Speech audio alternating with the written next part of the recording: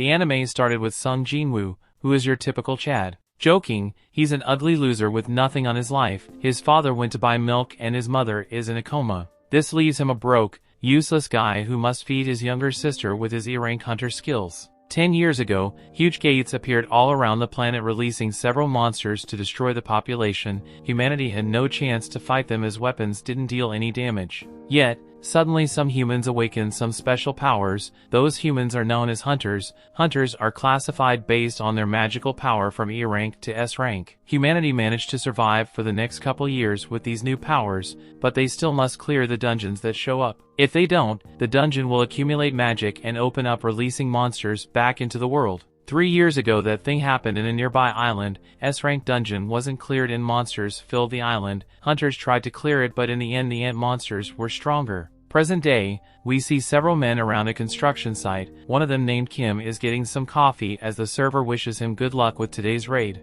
Another guy named Park calls Kim out. Kim asks him what he's doing here. Is he quit being a hunter? Park explains that his wife is pregnant, therefore he needs to make some money. Kim replies that there's nothing better than a good raid to make some money. However, Park is worried because his skills were already bad and he feels he will be worse since he hasn't raided in a while. Suddenly, everyone's attention turns to Jin-Woo, who's just arriving at the scene. Jin-Woo stays humble, mentioning that he's looking forward to work with everyone today. Even Kim greets Jin-Woo, asking if he's already eaten. Jin-Woo confirms and continues walking. Park gets curious and asks if Jin-Woo is a strong hunter since everyone seems happy to see him. Yet, Kim giggles as he realizes that Kim retired before Jin-Woo started to raid. Kim reveals that Jin-Woo has a special nickname, the weakest hunter of all mankind. Park is confused because he was expecting something like the strongest. Kim explained that Jin-Woo is an E-rank hunter who always gets injured even in E-rank gates, therefore, people call him the weakest hunter.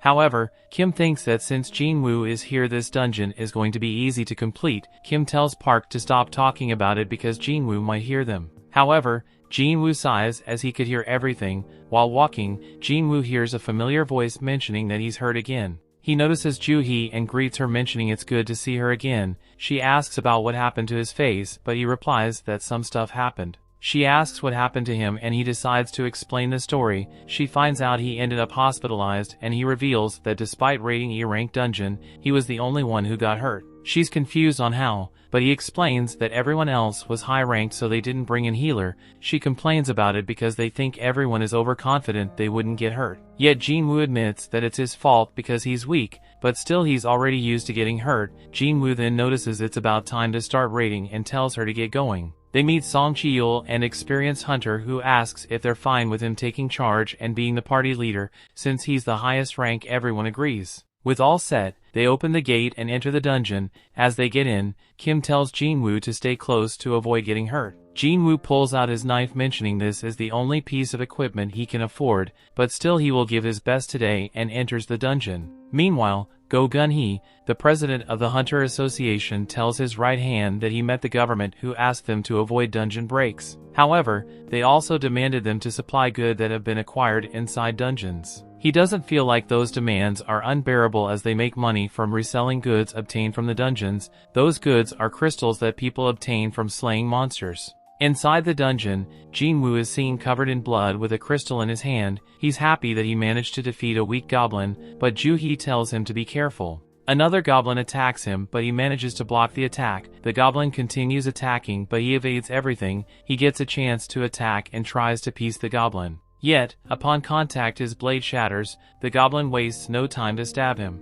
Joo-hee is worried about him, but Park comes forward and defeats the goblin. Jin-Woo removes the blade from his stomach and lays on the floor as he's losing blood. Park tells Joo-hee to heal Jin-Woo while he defeats the nearby monsters. Joo-hee rushes to Jin-Woo's aid and starts using her healing skills. While being healed, Jin-Woo sees everyone easily defeating the monsters and feels envious. President Go continues to explain that essence stones obtained from high-rank monsters can be used to make stronger weapons, which in return enables hunters to defeat stronger monsters. He also mentions they can obtain mana crystals mined from dungeons and make weapons with it. However, its quality ain't that effective. His right hand doesn't understand why the government wants them, and President Go explains they want to use them to create a new type of energy, safer than nuclear and more efficient than the normal energy sources. That will lead to less pollution, creating a true green energy, but they can only create it if the hunters clear the dungeons. Back in the dungeon, Jin-Woo is healed and the group managed to defeat the boss. Joo-hee is healing him again and asks why does he want to become a hunter so badly.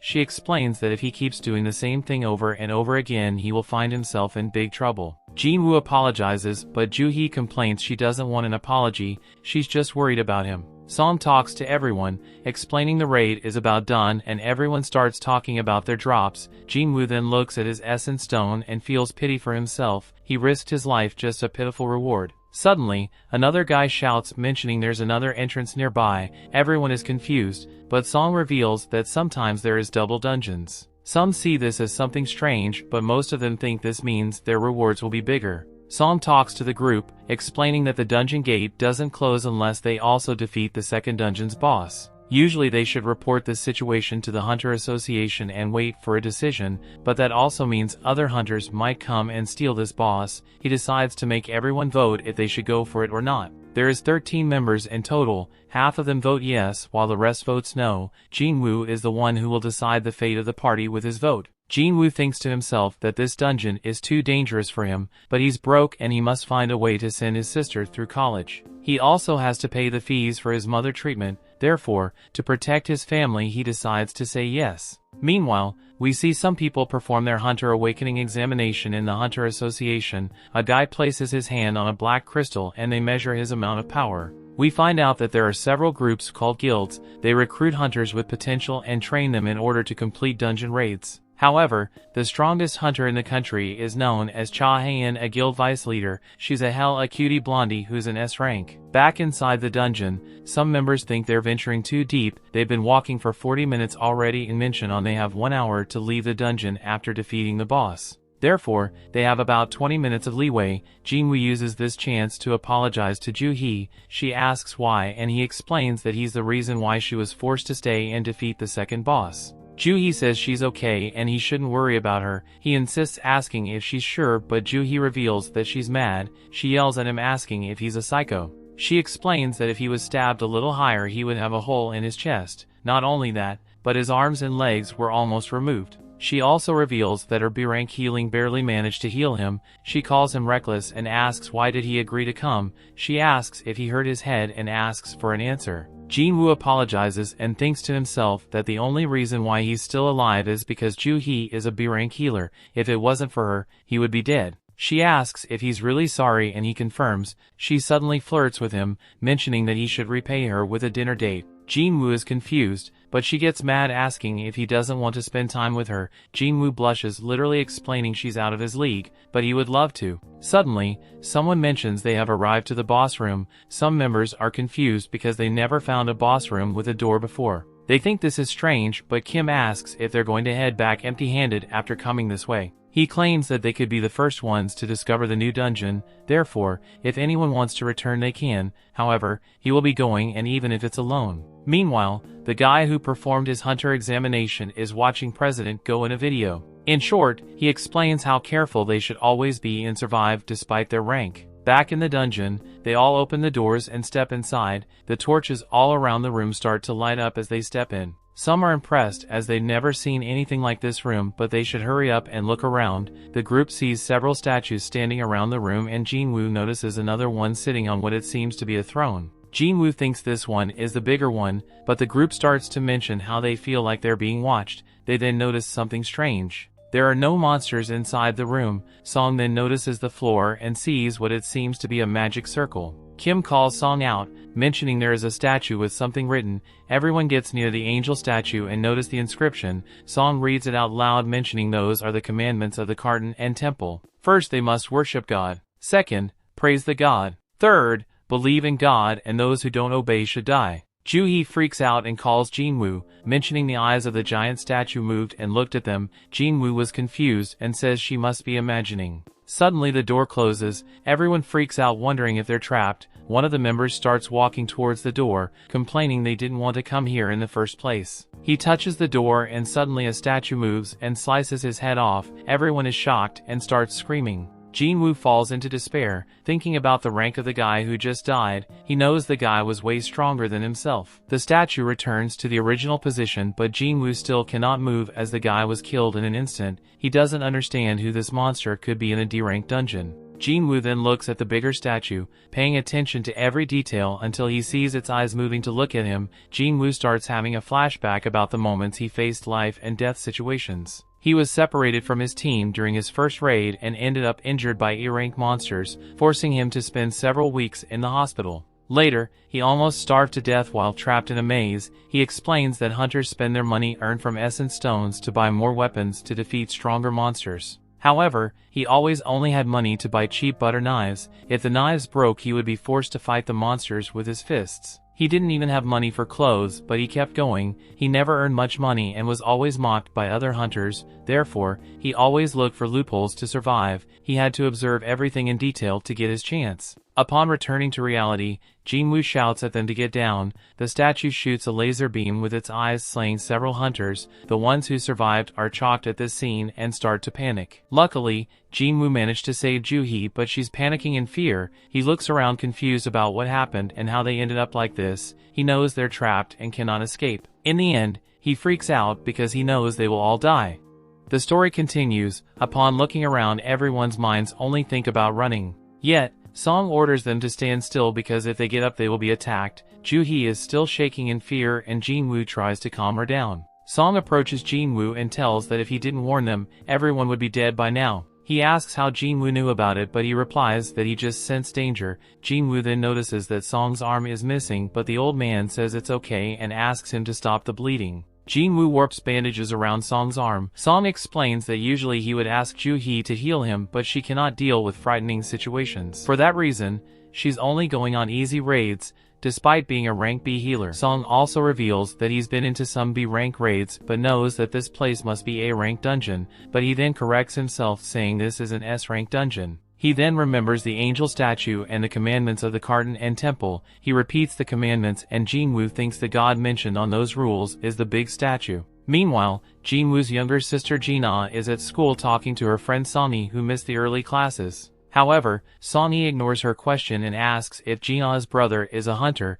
Jin-ah confirms but mentions that despite Jin-Woo's improved body as a hunter, he always suffers injuries. Back in the dungeon, Song tells Jin-Woo it's a bad idea to fight the statue and they should find a way to escape. However, there's a brain-damaged guy who refuses to die like this. He starts powering up his power, mentioning he just signed a contract with a major guild and don't want to die here. Song orders the guy to not move. However, the guy starts running forward, mentioning that he's confident that he's faster against every single opponent. He runs toward the door, but the huge statue looks at him. In the end, his body disappears, only leaving his feet. Everyone starts to panic and Jin-Woo mentions the statues could easily kill everyone inside. Song confirms it, making Jin-Woo wonder why the statue hasn't killed them yet. Usually monsters attack them blindly, but the statue isn't. He then thinks about the commandments and asks Song what was the first one. Song replies it's to worship the god. With those words, Jin-Woo thinks this dungeon has some special rules. He gets up with a plan which initially Song tries to stop him,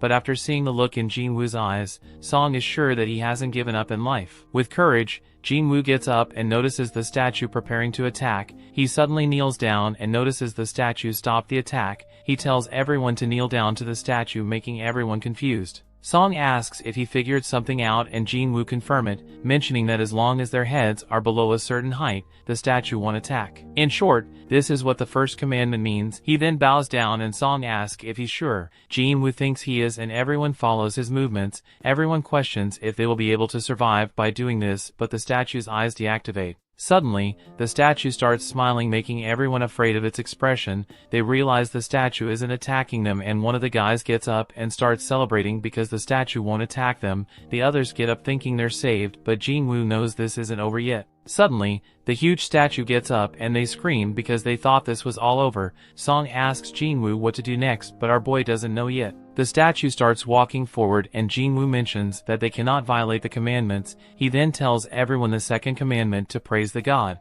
Everyone is confused on how they should do it, but another guy steps forward. He claims that he knows how to praise God because of his traditional folklore research. In short, this guy kneels and starts praying. The statue starts to slow down and looks at the guy. However, Jin-Woo senses something strange because those are not the words to praise this god. The statue smiles as it lifts its foot while the guy continues praying. In the end, the statue steps on top of him, everyone panics and starts running, but the statue continues stepping on top of some others. The statue starts chasing everyone and one of the guys runs near a statue. His friend tries to warn him to look out behind, but that statue moves and slices him in half. Jin-Woo takes Julie to run while thinking about how they can praise the god. She's still panicking and he thinks that he needs to save her. He looks around to the other statues and compares their weapons, until he notices there are some statues with some musical instruments. After a quick thinking, he yells at everyone to get under the statues that have them. Song is confused but follows the orders. The statue starts playing the instrument and Song tells everyone to follow the advice as those statues won't attack them. More people get under those statues and feel relieved because they have been spared. Meanwhile, Jin-Woo and Ju-hee manage to reach a statue but it doesn't play. Jin-Woo quickly understands the statue won't play because two persons cannot be under the same statue. He orders Ju-hee to stay under this statue while he goes to the next one. She tries to stop him but he runs as the huge statue chases him. Ju-hee's statue starts playing the instrument and Jin-Woo finds the next one. He's almost stepped by the huge statue, but he manages to avoid rolling towards another one. This statue has a shield who also tries to kill him. Ju-hee starts screaming his name, but Jin-Woo managed to avoid fatal damage. He slowly crawls to the next statue, determined to not give up. The huge statue is still walking behind him and prepares to step on him. Suddenly, the statue generally was crawling to start singing. The huge statue barely missed his body, but Jin-Woo feels relieved as he made it, and he thinks this is the answer to praise God, and the huge statue sits down on its throne. Ju-hee runs towards him and asks if he's fine. Jin-Woo confirms, but upon looking down notices that he lost one leg. She tries to heal him with all her power, but he says that he's okay. She refuses to stop, but she ends using so much of her power and she starts coughing blood. The group looks around and thinks this is tragic. Yet, despite Song losing one of his arms, some members who voted yes blame him for this situation. Song apologizes for forcing them into a decision and decides to bear all responsibility. Jin-Woo watches the discussion and thinks this is not the time to argue with each other because there's still one last commandment. The statue suddenly raises its and an altar raises in the middle of the room. Everyone is confused, but Jin-Woo replies that's a common thing in mythology. In short, the statue wants them to make a living sacrifice to the god. That's the final commandment, to believe in God. Everyone gets shocked, but one of the members who voted yes reveals that he knows what this means. He grabs his sword and points at Song and mentioning they need a sacrifice. He goes on to blame Song because his friend wanted to provide for his family and got sliced in half, and since Song claimed that he would take responsibility, he wants Song to sacrifice himself for all the lives they lost. With those words, Song decides to accept his fate as the party leader. He walks toward the altar. Upon reaching close to the altar, a flame appears. Everyone is confused, but Song asks Jin-Woo what he needs to do. Jin-Woo is still confused about this, thinking they don't need a living sacrifice. He apologizes for the inconvenience and asks if they can take him to the altar so that he can check it. When the three reach near the altar, 3 more flames appear. Song asks if he has figured out something, but Jin-Woo hasn't. He wonders if someone will come to rescue them if they wait there. Song explains that since this dungeon has been around for 7 days, the Hunter Association will probably take some actions before they come to rescue them. Jin-Woo thinks that if they fail here, this huge statue will run wild into their world. Meanwhile, Jin-Ah goes to the hospital to visit her mother like she does every day. She talks about her day and how her friend was late and her future plans. Back inside the dungeon, Jin-Woo tells Ju-hee and the top anime betrays to come to the altar. Despite hesitation, the 2 steps inside, making 2 more flames appear. Suddenly, the altar unleashes some electricity and a new ring of blue flames appear around. The dungeon door suddenly opens up, making everyone worried because this could be a trap. One of the blue flames disappears and the statues start to light up and move forward. They all start to freak out while Jin-Woo looks around and notices a strange mechanic. He tells everyone to not close their eyes and look at the statues because they will stop moving. In short, this is basically a game where they all must keep their eyes on those statues. Everyone follows his instructions and the statues stop moving. However, some members are too anxious and start running away from the circle. One of the normal flames extinguished, but she managed to leave the room. The door, however, is starting to close. Song asks Jin-Woo if he knows what happened, but he's confused. He thinks about the 3 commandments and thinks the door is a trap because the last one is to believe in God. He believes the door is just to give them a false sense of hope because they're afraid. This is a way to test everyone's faith in the statute. However, another guy also gives in to this hope and throws Jin-Woo aside before running toward the door. More people think about leaving, but Jin-Woo explains that if someone else leaves, the statues will able to move because of a blind spot. Song wants a better explanation, to which Jin-Woo replies they cannot move their eyes from the statues. He explains that the blue flames extinguish, everyone will be able to escape. Yet, there are members who think that if the flames go out, they will be locked inside. The guy reveals he didn't expect Jin-Woo, the weakest hunter, to be the most useful one. He thanks him for allowing them to survive, but the guy starts to cry and apologizes before running away. Jin-Woo starts crying, asking why they betrayed him. He refuses to give up and desires to survive by quickly looking at every statue. Yet, Song orders Joo-hee and Jin-Woo to escape while he stays behind. He thinks that as long as one person stays behind, the door won't close. However, Joo-hee's legs give up. Upon hearing those words, Jin-Woo tells Song to take Joo-hee and leave. Joo-hee tries to refuse, but Jin-Woo gets angry and shouts that he has no foot so he cannot help her. She starts complaining, but Song knocks her out because they're running out of time. Song then carries Joo-hee outside the door, making Jin-Woo relieved because he's the only one who will die. He notices a sword on the ground and picks it up while the statues continue walking. He raises it, promising that he will take one of them to be his best buddy in hell. The statues start attacking him, but he manages to dodge. The statues again attack him, making him lose one arm, followed by several other attacks. He shouts in pain, mentioning that he also wanted to become stronger, but he can't. After several attacks, he's barely alive, but refuses to give up. The statues stab his shoulder, and he remembers those who just betrayed him, trying to justify it by mentioning their family. This is all selfishness because he also has a family that he wants to return and take care. In the end, the statue lifts him into the air and throws him into the altar while preparing for the last attack. He cries as he doesn't want to die and wishes one last chance. As the statue is about to slice him, the last blue flame goes out. A system message appears asking if he wants to become a player. He says yes. The story continues. We see Jin-Woo wakes up in the hospital in shock. He notices that he still has his arm and pulls the blanket to check if he has his leg. After confirming, he thinks that he was stabbed through the chest, but there's no mark. He thinks this was all a dream until someone knocks on the door. The guy is impressed that Jin-Woo is awake and introduces himself, Woo Jin-chul, a manager of the Hunters Association surveillance team. Jin-Woo wonders what they want from him, but Jin-chul first asks his partner to get the doctor here. That's when Jin-Woo finds out he was unconscious for the past 3 days. He asks about Joo-hee and Song, but the guy confirms they're fine despite Song losing his arm. As a result, he will be forced to retire as a hunter. Joo-hee, on the other hand, is still traumatized and getting psychiatric care. In her case, she won't probably continue working as a hunter. Jin-Woo thinks about everything that happened, and Jin-chul mentions that only 6 people survived that dungeon. He says that working as a hunter is dangerous, but it's still rare to see this type of outcome. However, he mentions that something was strange.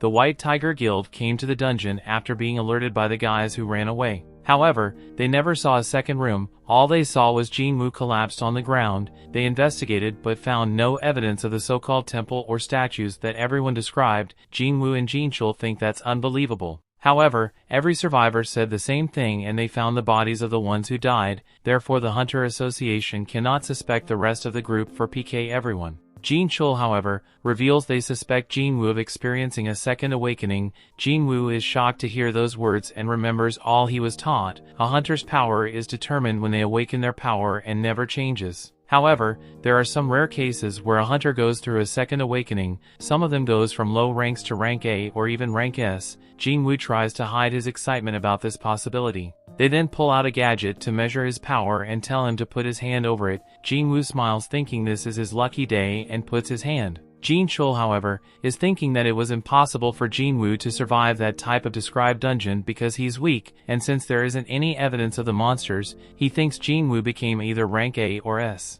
However, his score is a big fat 10. Jin-Woo is excited to hear the result and what rank he will get now. Jin-chul, however, apologizes for the mistake because Jin-Woo are still worse than trash. They leave, and Jin-chul's assistant mentions that every other E-rank hunter managed to get 70 or higher. While walking, Jin-chul thinks they cannot explore that dungeon because it disappeared, but he still doesn't understand how Jin-Woo survived. Meanwhile, Jin-Woo are in his room thinking sorry for himself, yet he's confused because they never asked him about the screen in front of him. The screen shows that he has unread messages, and he thinks that he's the only one who can see it. He clicks on the screen, but it doesn't react. He suddenly remembers that when he was about to die, the screen showed that he completed the secret quest Courage of the Week. Suddenly, Gina enters into the room and starts berating him. She tells him to take care of himself because that makes her worried. He apologizes and she complains, mentioning that he always ends up in the hospital while the others are fine. He looks at her and cannot believe he was prepared to leave her behind. He smiles at her, but she complains again. If this happens again, she will quit school and get a job so that he can quit being a hunter. He apologizes again and asks if she can see the Windows screen. She's confused and asks what he is talking about. He apologizes and asks her about games. He wants to know how he can read unread messages, but she thinks he's crazy and should get another medical checkup. He replies that she used to play tons of games and she gives up, replying that he would be able to read it by opening his message box. He repeats those words and the message is open. He notices that he has a daily quest called Strength Training has arrived. He thinks for a bit and remembers the word player was mentioned before. Gina in the end gives up and leaves. Meanwhile, Jin-Woo starts reading everything about the system. In short, it was made to help him develop. However, if he fails to follow the system, he will get a penalty. He then sees a screen mentioning the rewards have arrived and gets confused. He then accepts the daily quest and notices that he will become bald like Saitama. He must do 100 push-ups, sit-ups, squats, and then run 10 kilometers. If he doesn't complete them, he will be punished. Jin-Woo laughs, mentioning he's in the hospital, therefore that's impossible to do, and takes a nap. Meanwhile, Jin-Chul is in the car telling his boss on a call that Jin-Woo is still trash. The boss is at least happy the monsters didn't leave the dungeon and started to roam on the streets. However, this is still pretty much confusing. Jin-Chul confirms this is weird and they decide to mark this case as something special that will be revised on the future. Meanwhile, in another guild building, the guild leader tells his strongest member Cha to participate in a B-rank dungeon as instructor. She is confused because she's an S rank, but he explains that raid will be a test and practical training for their new recruits. Yet, she still doubts her ability as a mentor. The leader replies she just needs to beat the monsters as usual and everyone will learn from watching. She hesitates, but the guy mentions their guild is on the top 5 of the country, but they're unseen in the international level. He knows their ranks cannot improve, but their teamwork can. Hours later, a gate suddenly appears in the middle of the road. The military takes care of the whole situation while everyone wonders when the hunters are going to show up. Back in the hospital, Jin-Woo is still sleeping. The daily quest timer runs down and warns that he failed. Suddenly, the ground starts shaking and Jin-Woo wakes up. He ends up falling from his bed, but when he opens his eyes, he sees himself in the middle of the desert. He's confused about what's happening and thinks this is just a dream. However, there is a giant desert centipede looking at him. The system window then shows up and tells him to survive for the next 4 hours. Jin-Woo is shocked and starts running. Meanwhile, the nurses check his room and notice that it's empty. Jin-Woo is doing his best to run and scream from this huge centipede, but more appear. He's been running for 2 hours already. The nurses are looking for him, but they never find him. Luckily, Jin-Woo manages to run for the whole 4 hours and returns to his room. The system alerts that he completed his penalty quest, but he collapses before checking the rewards. The nurses then enter his room again and get shocked to see him. The next day, Jin-Woo finally gives up being a lazy loser and gets up from bed.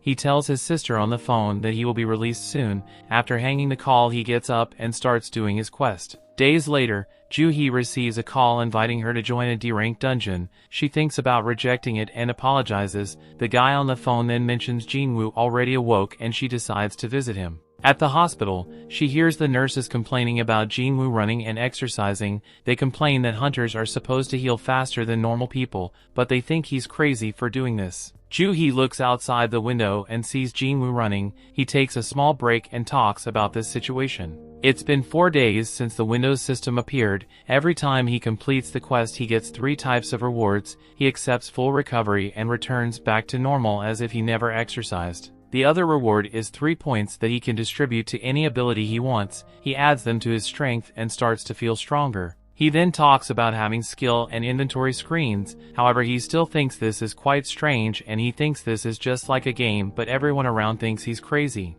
Upon returning to his room, Jin-Woo decides to open his final reward, the random loot box. This time he got a key. He's confused because he always got stuff like pins or bandages. Upon checking the information, the system reveals he can use it to enter an instance dungeon in a specific location. He's confused with this, but thinks this is some sort of event that will help him get stronger. Meanwhile, nobody has raided the dungeon that appeared in the middle of the road, the news reveal in which locations new gates appeared. Therefore, everyone should expect traffic delays. Jin-Woo uses this time to visit his mother in the other hospital. 4 years ago, she suddenly collapsed in front of him. Turns out that she now suffers from the eternal sleep disease. This is a new disease that appeared when the dungeon gates appeared in the world, and it only affects one in every several 10,000 people. But in short, this only happens when the person is exposed to mana for several times and there's no cure. Jin-Woo returns to his room to do push-ups while remembering when he tried to have a normal job. He was slow and weak when suddenly it became easier.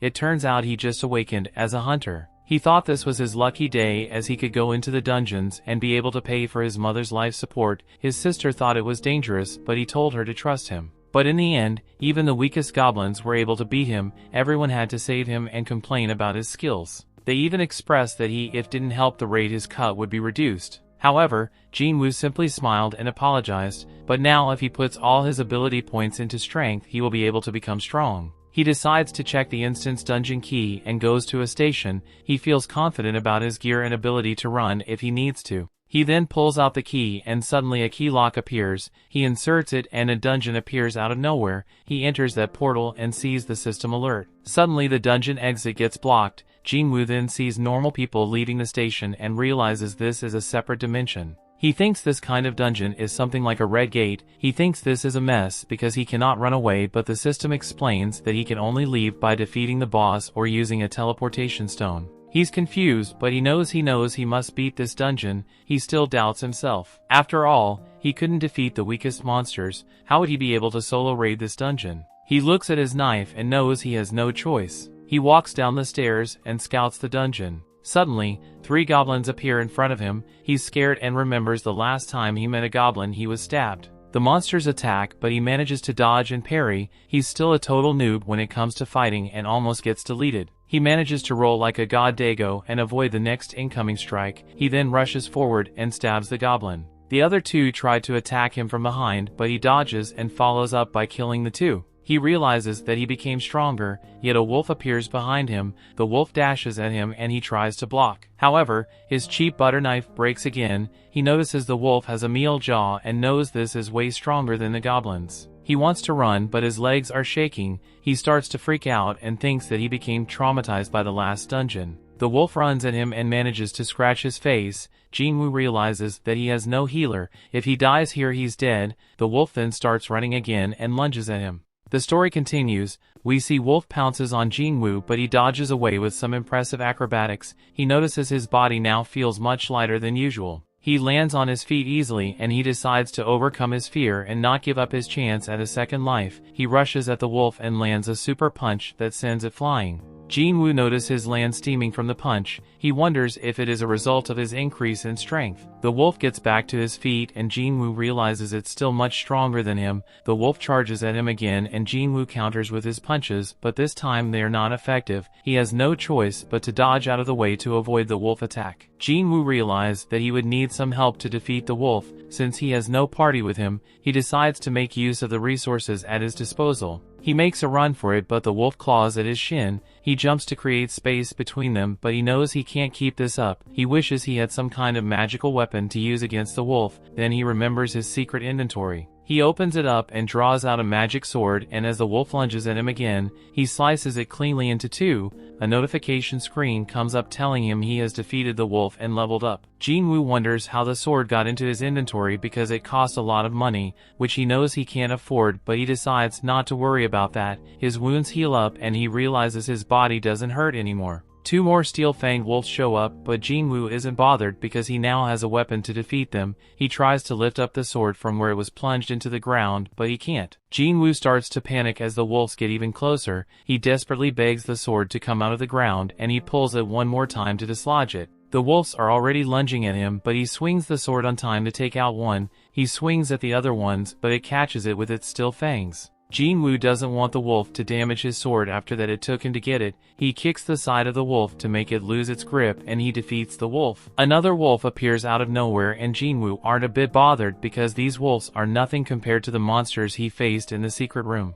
Jin-Woo faced the wolf, but it turns and runs away with its tail between its legs. Jin-Woo decides to rest against the wall. He realizes he's now level 2 after getting into actual combat. He never leveled up when he was doing daily quests. His wounds heal up and he notices his stats have all increased by 1 point, making a total of 5 points. Performing daily quests only gave him 3 points. He wonders how much his strength will increase with each point added to his stats. He doesn't know how his stats of intelligence and perception were quantified, but he knows how much his strength increases with each point added. He speculates that he'll be able to get more points the higher his basic ability of that stat is. He realizes he can actually get stronger, but he doesn't want to get carried away from defeating 5 small monsters. He gets up to check for magic gems on the bodies of the wolves. A notification comes up telling him he got an item instead of a magic gem, and he takes out the item, which is a wolf fawn. Jin-Woo wonders if the beast he encounters in this dungeon will differ from the gate in reality, since it all seems to be controlled by a game system.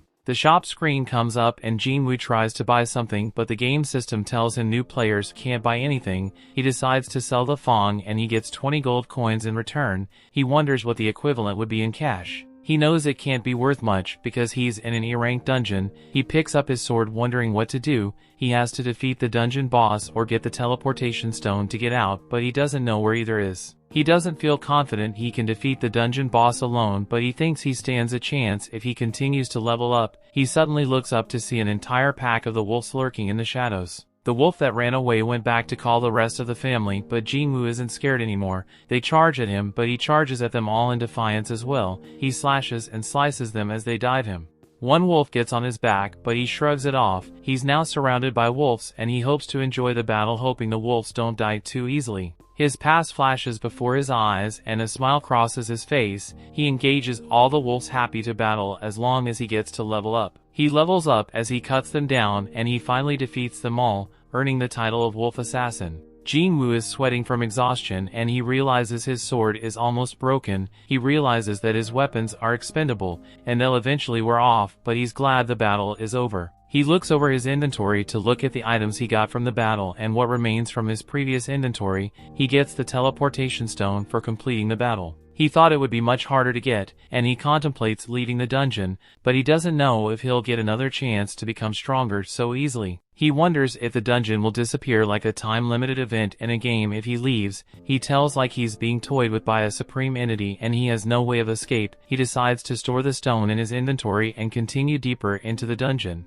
Joo-hee gets a call from the Hunter Association and she apologizes for her earlier actions. They tell her a dungeon close by had a break and they need her help because they are short of healers. As Jin-Woo goes deeper into the dungeon, he defeats several new beasts and he levels up as he does so, making it easier to defeat each new beast. He takes a while to catch his breath. Through his battles, he noticed that the color of the names of the creatures shows that he's weaker on the same level or stronger than them. When he faced the first wolf, its name was red, but the names of wolf appearing are now colored white. Jin-Woo arrives at a flight of stairs and he perceives that he can't defeat the monster waiting at the end of it. He looks at his stats and he notices his level hasn't increased for a while now. His sword is also on the verge of breaking into bits, but he decides to go down the stairs. He gets to the end of it and he realizes the place doesn't look like a train station anymore. He hears a rushing sound and he turns to face it. He sees the monster coming to him at full speed, but he can't react fast enough. The monster knocks him back into the wall and his sword breaks.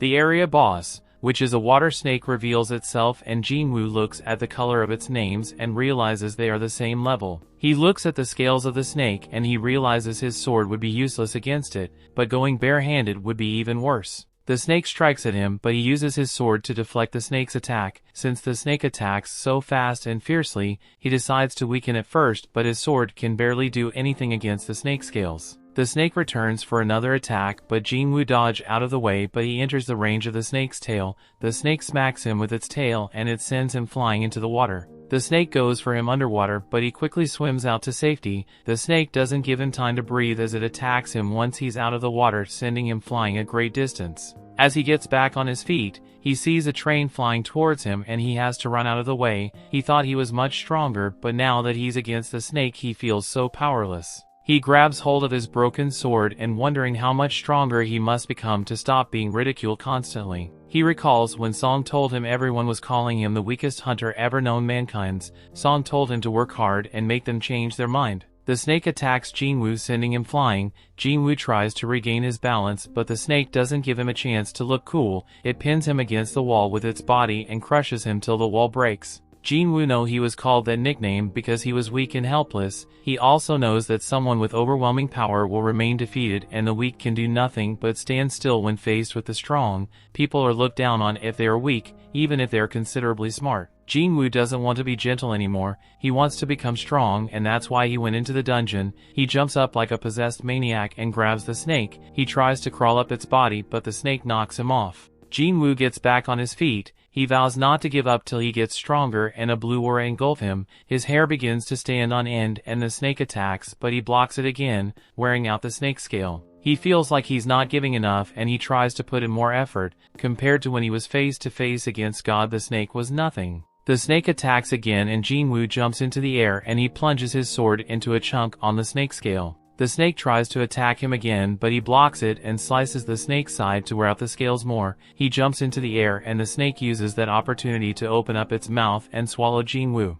Jin-Woo's sword flies into the air, but the snake looks down to see him holding onto it. Jin-Woo uses his strength to crush the snake scale, and the snake is hurt. It bobs and weaves, trying to knock Jin-Woo off, but Jin-Woo holds on tight. He continues pressing down on the snake's neck with all his power, and he eventually defeats it. He levels up after the battle, and a smile crosses his face. He realizes he did get stronger after all, and he picks up the item he got as a reward for winning. It was a dagger which is twice as strong as his previous sword, and it comes with paralysis and bleeding effects. He also gets a vial of the snake's venom, and he thinks its effects are overpowered. He gets a notification that the dungeon will be reset since he has defeated the boss, and the station returns to its normal state. Jin-Woo walks out, but he can't see a person inside. He wonders what the time is. A soldier approaches him asking why he's around the station, and if he didn't hear the announcement. He sees Jin-Woo's sword and realizes he's a hunter. He apologizes to him and tells him he'll take him to the site. Jin-Woo follows the man, wondering what happened.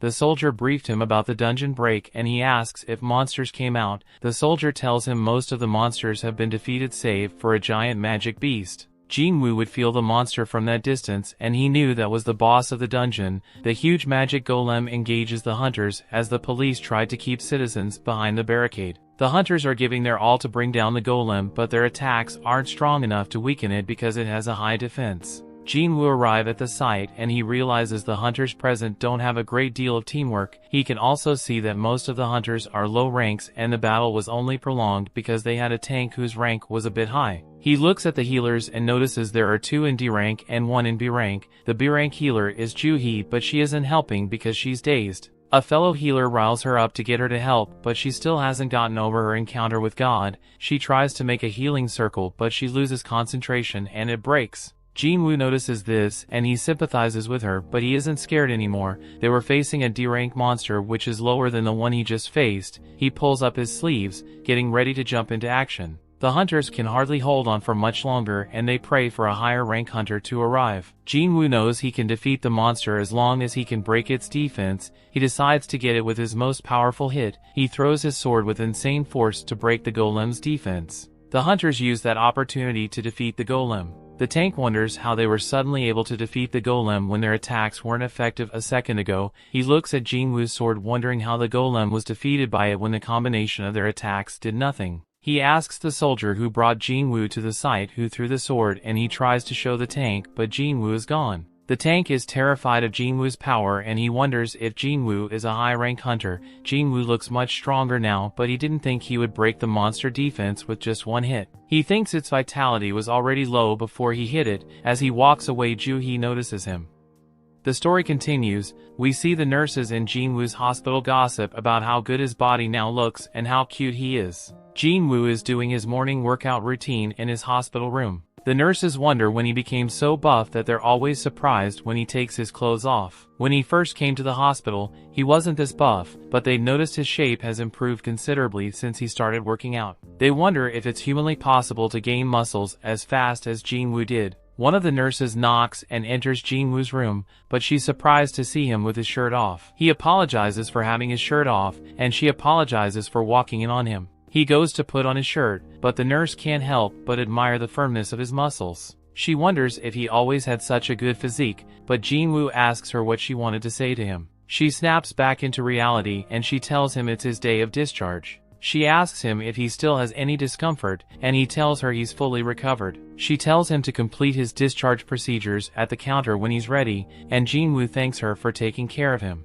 On a morning news show, the newscaster introduces Baek Hyun-ho. He is one of the 7 S-rank hunters with an impressive resume. She asks him what his life is like away from his missions, and he tells her he spends it training because daily training is indispensable. He tells her he would get rusty if he didn't simulate actual combat. She asks him if it's untiring, and he tells her that he's used to, since he previously worked as a firefighter. Back then, he knew that a small mistake could endanger the lives of his colleagues. Jin-Ah is watching the news when she suddenly realizes she's late. She rushes out of the room and calls out to Jin-Woo. He tells her to be careful on her way to school. Jin-Woo is rubbing his belly and Jin-Ah can't help but notice his abs under his shirt. She asks him if he's been working out and he tells her just a little. She notices the height difference between them. She asks him if the increase in height is also a result of his training. She goes to put on her school shoes before heading out, but Jin-Woo comes to hand her an umbrella she forgot. He gives her a friendly shove towards the door and she tells him goodbye. After she leaves, Jin-Woo goes into the living room and he looks at his daily tasks. He's completed the other except running, and he decides to do that later. He looks at his stats and he sees that he has unallocated points left. He knows he needs enough strength to deal damage, but it would be worthless if he can't hit his target. He sees the importance of the vitality and perception stats as well. He decides to distribute his points between strength, agility, and perception. He gets a call from his landlord and asks if his rent is due. The landlord tells him he's yet to pay rent for that month. Jin-Woo tells him he'll transfer the money and the landlord appreciates his response. He tells Jin-Woo to take care of himself and they end the call. Jin-Woo still isn't sure if he underwent a second awakening, but he can now kill goblins in an instant, so he should be able to earn enough to make a living. He sits on the couch and scrolls through open dungeons he can clear. He knows he has to get a high-level dungeon to get anything meaningful, but he won't be qualified because of his low rank. He contemplates a re-evaluation which will give him a higher rank and put him under the spotlight. With the increased attention he would be able to make more money,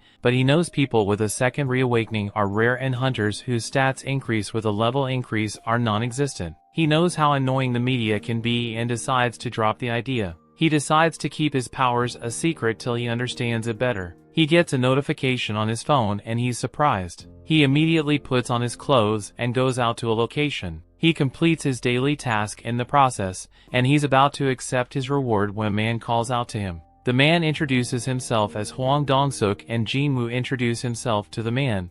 The man figures out that he's an E-rank adventurer and one of his party members recognizes Jin-Woo. He tells the man Jin-Woo is famous for being the weakest hunter. Another of his members begins to laugh at Jin-Woo's nickname, but Dong-suk tells them to cut it out. He apologizes for their behavior, and he asks the man if he can join them to raid the dungeon. Dong-suk tells him he can tag along to make up for the numbers. He tells him the requirements to enter the dungeon and he tells Jin-Woo he won't get any spoils, but they'll pay him a commission. He looks at them and he sees there are 4 C-rank hunters and 2 hunters who are D-rank or lower. Jin-Woo asks the man what he will be doing, and the man tells him he will carry their luggage containing their stuff. Jin-Woo asks the man if he didn't bring a healer. The man tells him it's difficult for a private team like his to recruit a healer, but they have always managed like that. Though Jin-Woo's concerned, the man hands him the contract. He reads through and sees that the party won't be liable for any injuries he incurs. He signs it, and another hunter comes to introduce himself as Eugene-ho. He tells Jin-Woo he is a D-rank hunter, who was brought in to make up the numbers. Jin-Woo is impressed with his gear, and he thinks Jin-Ho is from a rich family. Jin-Ho asks Jin-Woo if the bags are too heavy, but he tells him he's right. He tells Jin-Woo he doesn't have to speak so formally. They arrive at the gate, but because of how huge it is, they are skeptical it's actually a C-rank gate. Dong-suk tells them the dungeon was given a C-rank by investigators. Jin-Ho wonders if it's okay to enter the huge gate, and Jin-Woo tells him only the magic flux matters. He tells him the association measures the flux and ranks the gate. Gates that are B-rank and above are handled by large guilds, and those below C-rank aren't very dangerous. Jin-Ho is amazed by how much Jin-Woo knows, and Jin-Woo tells him he has been a hunter for a long time. He confesses that it's his first time entering a C-rank dungeon, and Dong-suk tells his party to follow him. They get ready and enter the gate. The dungeon is dark, so Dong-suk tells one of his members to cast a light. He's surprised that there's no monster in sight and no light in the dungeon. There are usually luminescent stones in a dungeon. Jin-Woo remembers another dungeon he visited that was also pitch black. Jin-Ho asks Jin-Woo what luminescent stones are and he tells him they are glowing rocks common to cave-like dungeons. He tells him they are found on the floor or roof of caves and they emanate light. Jin-Ho is confused by the loads of gems and stones associated with dungeons. Jin-Woo tells him he will get used to it. They got deeper into the cave and Jin-Ho was still surprised there was still nothing inside. He asks Jin-Woo if there can be a dungeon without monsters, and Jin-Woo tells him to keep quiet. Jin-Woo listens hard and he can hear monsters round, but they choose to remain hidden. Dong-suk tells his party to get ready for a battle. Jin-Woo is surprised that all the monsters are moving together and rushing towards any light source. He tells them it's an insect-type magic beast and the party members aren't pleased to go against insects. They look at the different holes, trying to predict where the insects will attack from. They all get uneasy as the sounds of the insects get closer. Jin-Woo listens for the insects and he perceives them in a hole above the party. One of them opens up the hole and Dong-suk tells them he'll attract the insects while the others attack them from behind. Jin-Ho tells Jin-Woo to stay by his side so he's protected. Dong-suk uses his taunt skill to attract all the insects to himself and the other members attack the insects. Jin-Ho wants to get into the action but they tell him to stay back. One of the members uses his strongest attack to take down a lot of the insects and the party pushes forward. Jin-Woo is impressed with their teamwork but he feels frustrated. They defeat all the insects and Dong-suk asks Jin-Woo how he predicted where the insects would come from. Jin-Woo tells him it was his intuition. One of the party members calls out to Dong-suk and they notice the insects were killed by something that bit them and not their swords or magic. They figure out that there could be a monster who preys on the insects. Jin-Woo tells Jin-Ho to be cautious because his gear is so expensive. Elsewhere at the association gym, some hunters are working out when they hear a huge explosion. Some are surprised, but one hunter tells them it happens when their guild master is working out. They are impressed with his skills, but Yunho doesn't feel like it's enough for a warm-up. Back in dungeon, Jin-Woo tells Jin-Ho more about dungeons, and he asks Jin-Woo if he can manage the luggage in such a huge dungeon. Jin-Woo tells him he's fine earning more without fighting, but he's suspicious because the deal is too good to be true. He's still uneasy that the group doesn't have a healer and they had to make up monsters. They find more half-dead insects and they're even more suspicious. They think the dungeon boss is around the corner. They're about to move ahead and Dong-suk asks his party member to light up the cave. They move forward, cutting through cobwebs, thinking the boss room is ahead. They find a lot of mana crystals that could make them millionaires. Everyone is fantasizing about what they'll use their newfound wealth to do. Jin-Ho looks at Jin-Woo's contract and he tells Dong-suk that Jin-Woo should get some crystals since they aren't considered spoils. He tells Jin-Ho, Jin-Woo will get his share as soon as they defeat the boss. They have to move the crystals before defeating the boss because the gate to the dungeon will close. They decide to use the opportunity. Since the boss is sleeping, Dong-suk asks his member for his tools, but he tells Dong-suk he left them back at their car. Dong-suk tells Jin-Ho and Jin-Woo to stay back while they get the tools to move the crystals. Jin-Ho isn't comfortable with it, but Dong-suk assures him they are safe because the boss is asleep. Those C-rank dungeons require 8 people to clear them. Jin-Woo then remembers Dong-suk said they've always cleared dungeons with 6 members. He wonders why there aren't regulars to fill up the number deficit. As they walk out of the room, Dong-suk tells one of his members to seal off the room. They seal off the room and Jin-Ho realizes they've been betrayed. Jin-Woo remembers when Song-yi told him about people who do such things and get away with it easily because there is no surveillance in the dungeons. Jin-Ho tried to break through the wall but it was too strong. The dungeon boss awakens and approaches them. Jin-Woo almost feels powerless, then he remembers his encounter with God and he gains confidence. He tells Jin-Ho to step back because he will defeat the monster. He brings out his sword from his inventory and walks forward to face the boss. The story continues. We see one of Dong-suk's subordinates asks him why he's complicating the whole process of eradicating Jin-Woo and Jin-Ho. Dong-suk tells him they risk waking the spider if they do that, and that will prevent them from getting them mana crystals. He's convinced that an E-rank hunter and a D-rank hunter cannot defeat the spider. He decides to wait for the spider to eat them up and sleep off before they raid the room and take out the mana crystals. The hunters wonder if they'll have to blast the seal open again when they want to get the crystals, but Dong-suk knows that'll wake the spider up. He tells them he's spotted some paths above the cave they can go down from. One of his hunters asks what they'll do if the boss doesn't fall asleep. Dong-suk tells him they'll have to take it down in that case. He decides to salvage Jin-Ho's gear if they're unable to get the mana crystals. Since his equipment is so valuable, he decides to look up Jin-Ho's family so they can attend the funeral when the family makes arrangements for it. Q1 thinks the spider will be even more infuriated with the noise of them sealing the road. Dong-suk asks him if he thinks he'll be able to handle the boss by himself. Q1 confesses that he can't handle the boss and Dong-suk agrees with him.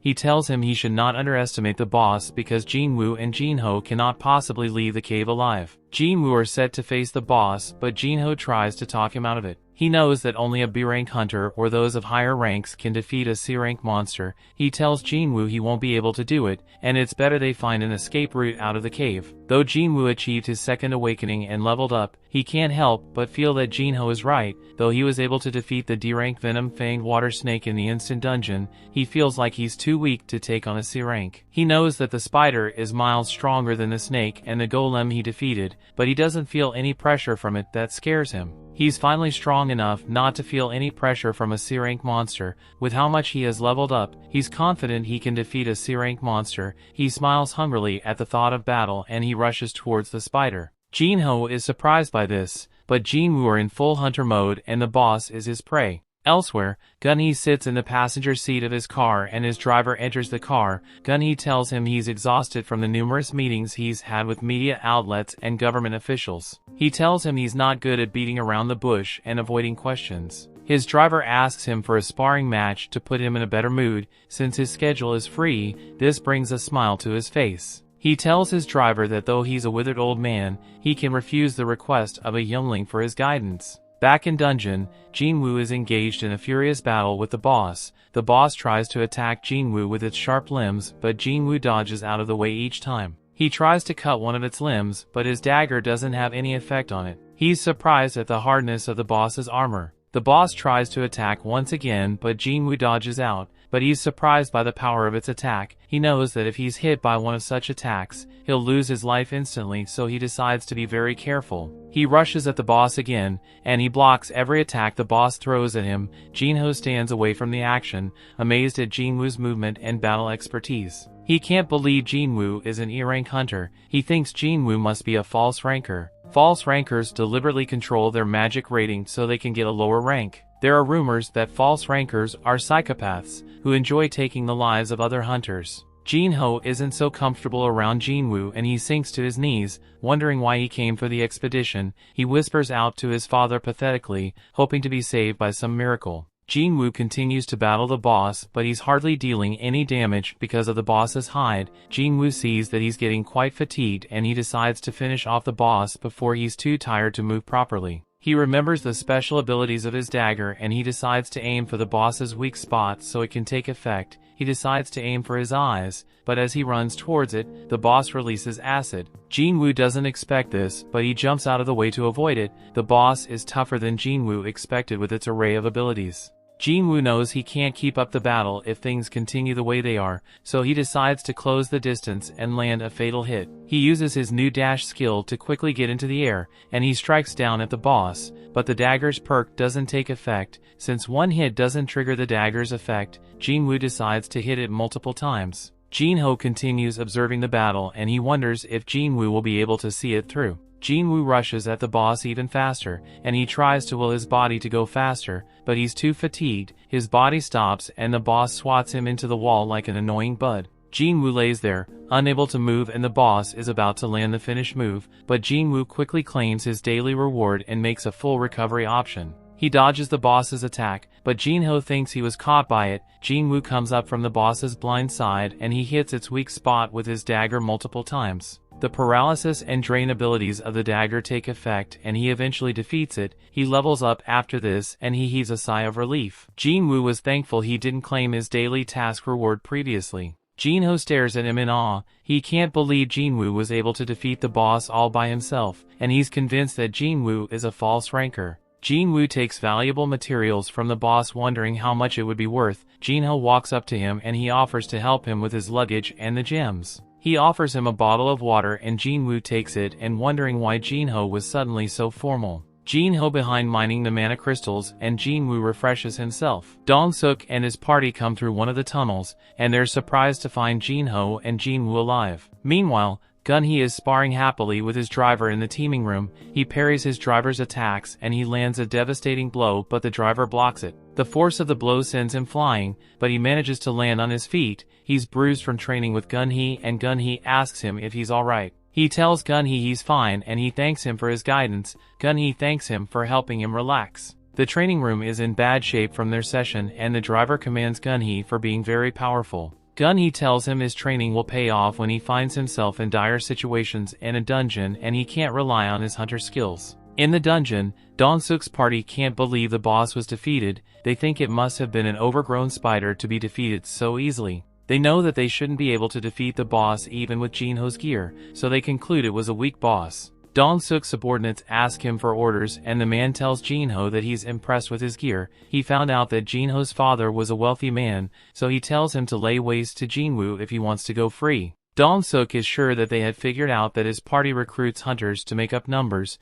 and they take them out and steal their loot. He tells Jin-ho he can become their accomplice if he takes out Jin-woo, or he'll take them both out. Dong-suk thinks Jin-ho took the boss down with his gear and he doesn't want to fight against him because he's afraid his gear has hidden perks. He wonders why Jin-ho isn't making a move on Jin-woo, and he makes fun of him for being afraid of Jin-woo. Jin-ho finally approaches Jin-woo, but he stands with him and prepares to fight Dong-suk. Since Jin-ho is siding with Jin-woo, Dong-suk decides to take out Jin-woo since he's weaker. Jin-woo prepares to face off with them, but suddenly an urgent request comes up on his screen. Q1 sees that Jin-woo is distracted and he casts a powerful spell at him that knocks him into the wall. Elsewhere, Hee-jin is standing along the road and some of her friends call out to her. They go into a cafe and they begin to catch up. They talk about happenings in their respective guilds. Hee-jin asks Gina how her training with Miss Cha-hae for the Orange Dungeon went. Other girl then tells her it was annoying because they were all struggling with A-rank monster, but Cha-hae was able to defeat it easily.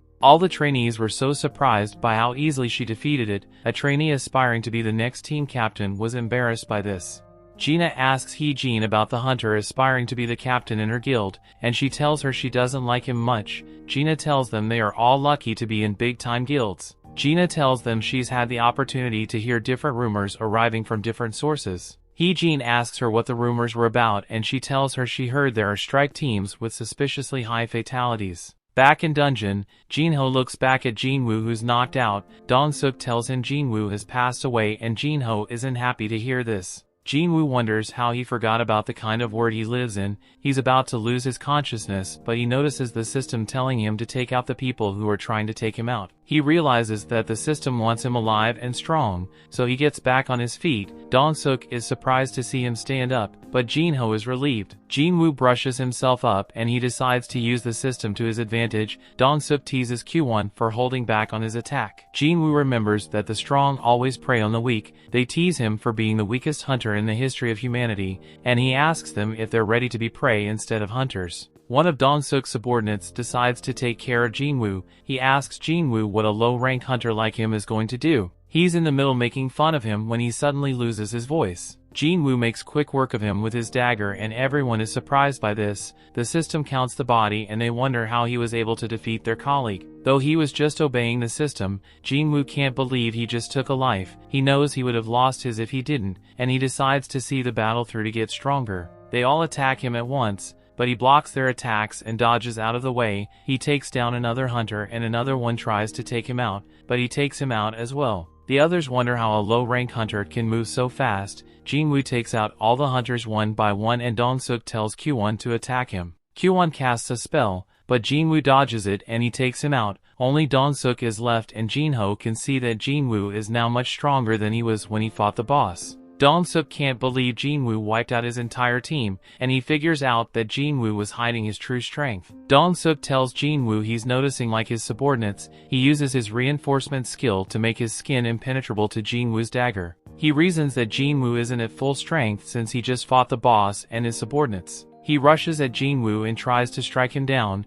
but Jin-woo is way faster than him and he smashes him into the ground. He tells Dong-suk that though he's strong, he has been leveling up the entire time. Dong-suk can't believe that Jin-woo is an E-rank hunter. He begs Jin-woo to show him mercy in return for payment. Jin-woo is surprised he's begging for mercy after trying to end his life so many times. Dong-suk tells Jin-Woo he won't get away with taking his life, and Jin-Woo tells him nothing that happens in the dungeon gets out. He finishes him off and the dungeon begins to close, since the boss has been defeated. They come out of the dungeon and an official is surprised that only the low-rank hunters survived. She notices Jin-Ho's gear and she is surprised he has the latest gear equipped. Jin-Woo is surprised he was rewarded for taking the lives of the hunters. He gets a new murderous intense skill which reduces all abilities by 50%. The official thinks they survived because of Jin-Ho's gear. While Jin-Woo hid behind him, Jin-Ho laughs nervously at her comments and she leaves them alone. Jin-Ho thanks Jin-Woo for having his back and suddenly it begins to rain. Jin-Woo is glad he gave Jin-Ah his umbrella. Somewhere in the city, a huge man is staring out the window ready for some action.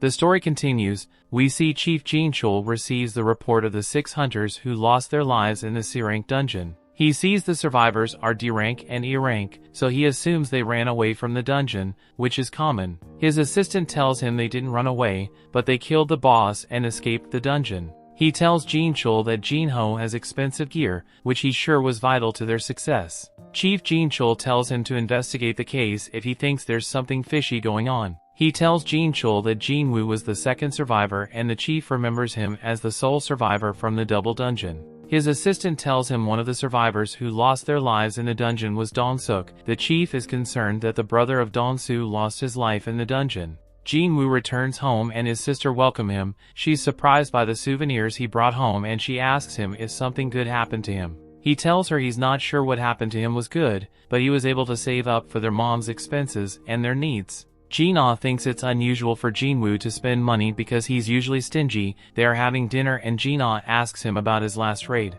She thinks his companions must be strong since he came back with no injuries. This makes him remember Dong-suk and his squad and he becomes speechless. Jin-ah asks him if they were able to defeat the enemy, but Jin-Woo is lost in thought and he pops open his beer mindlessly. He remembers how he was able to defeat Dong-suk and his gang easily, despite their differences in strength. He didn't hesitate back then and he didn't despise them either. He knew if he would have run if he was still his old self. He wondered if he also became braver as he became more powerful. His beer is dripping into his lap, but Jin-Woo doesn't notice this. Jin-Woo is feeling remorseful because his opponents were human and not magic beasts. Jin-ah calls his name and he snaps back to reality. She asks him if he's feeling sick, but he lies that he was thinking about the change from the convenience store. Jin-ah tells him not to scare her like that and he decides to stop thinking about the past. He knows he has to get stronger so he can protect his family. He decides to do the same thing if he gets jumped by otter hunters again. He gets a notification saying he has ingested a harmful substance and the system automatically detoxifies him.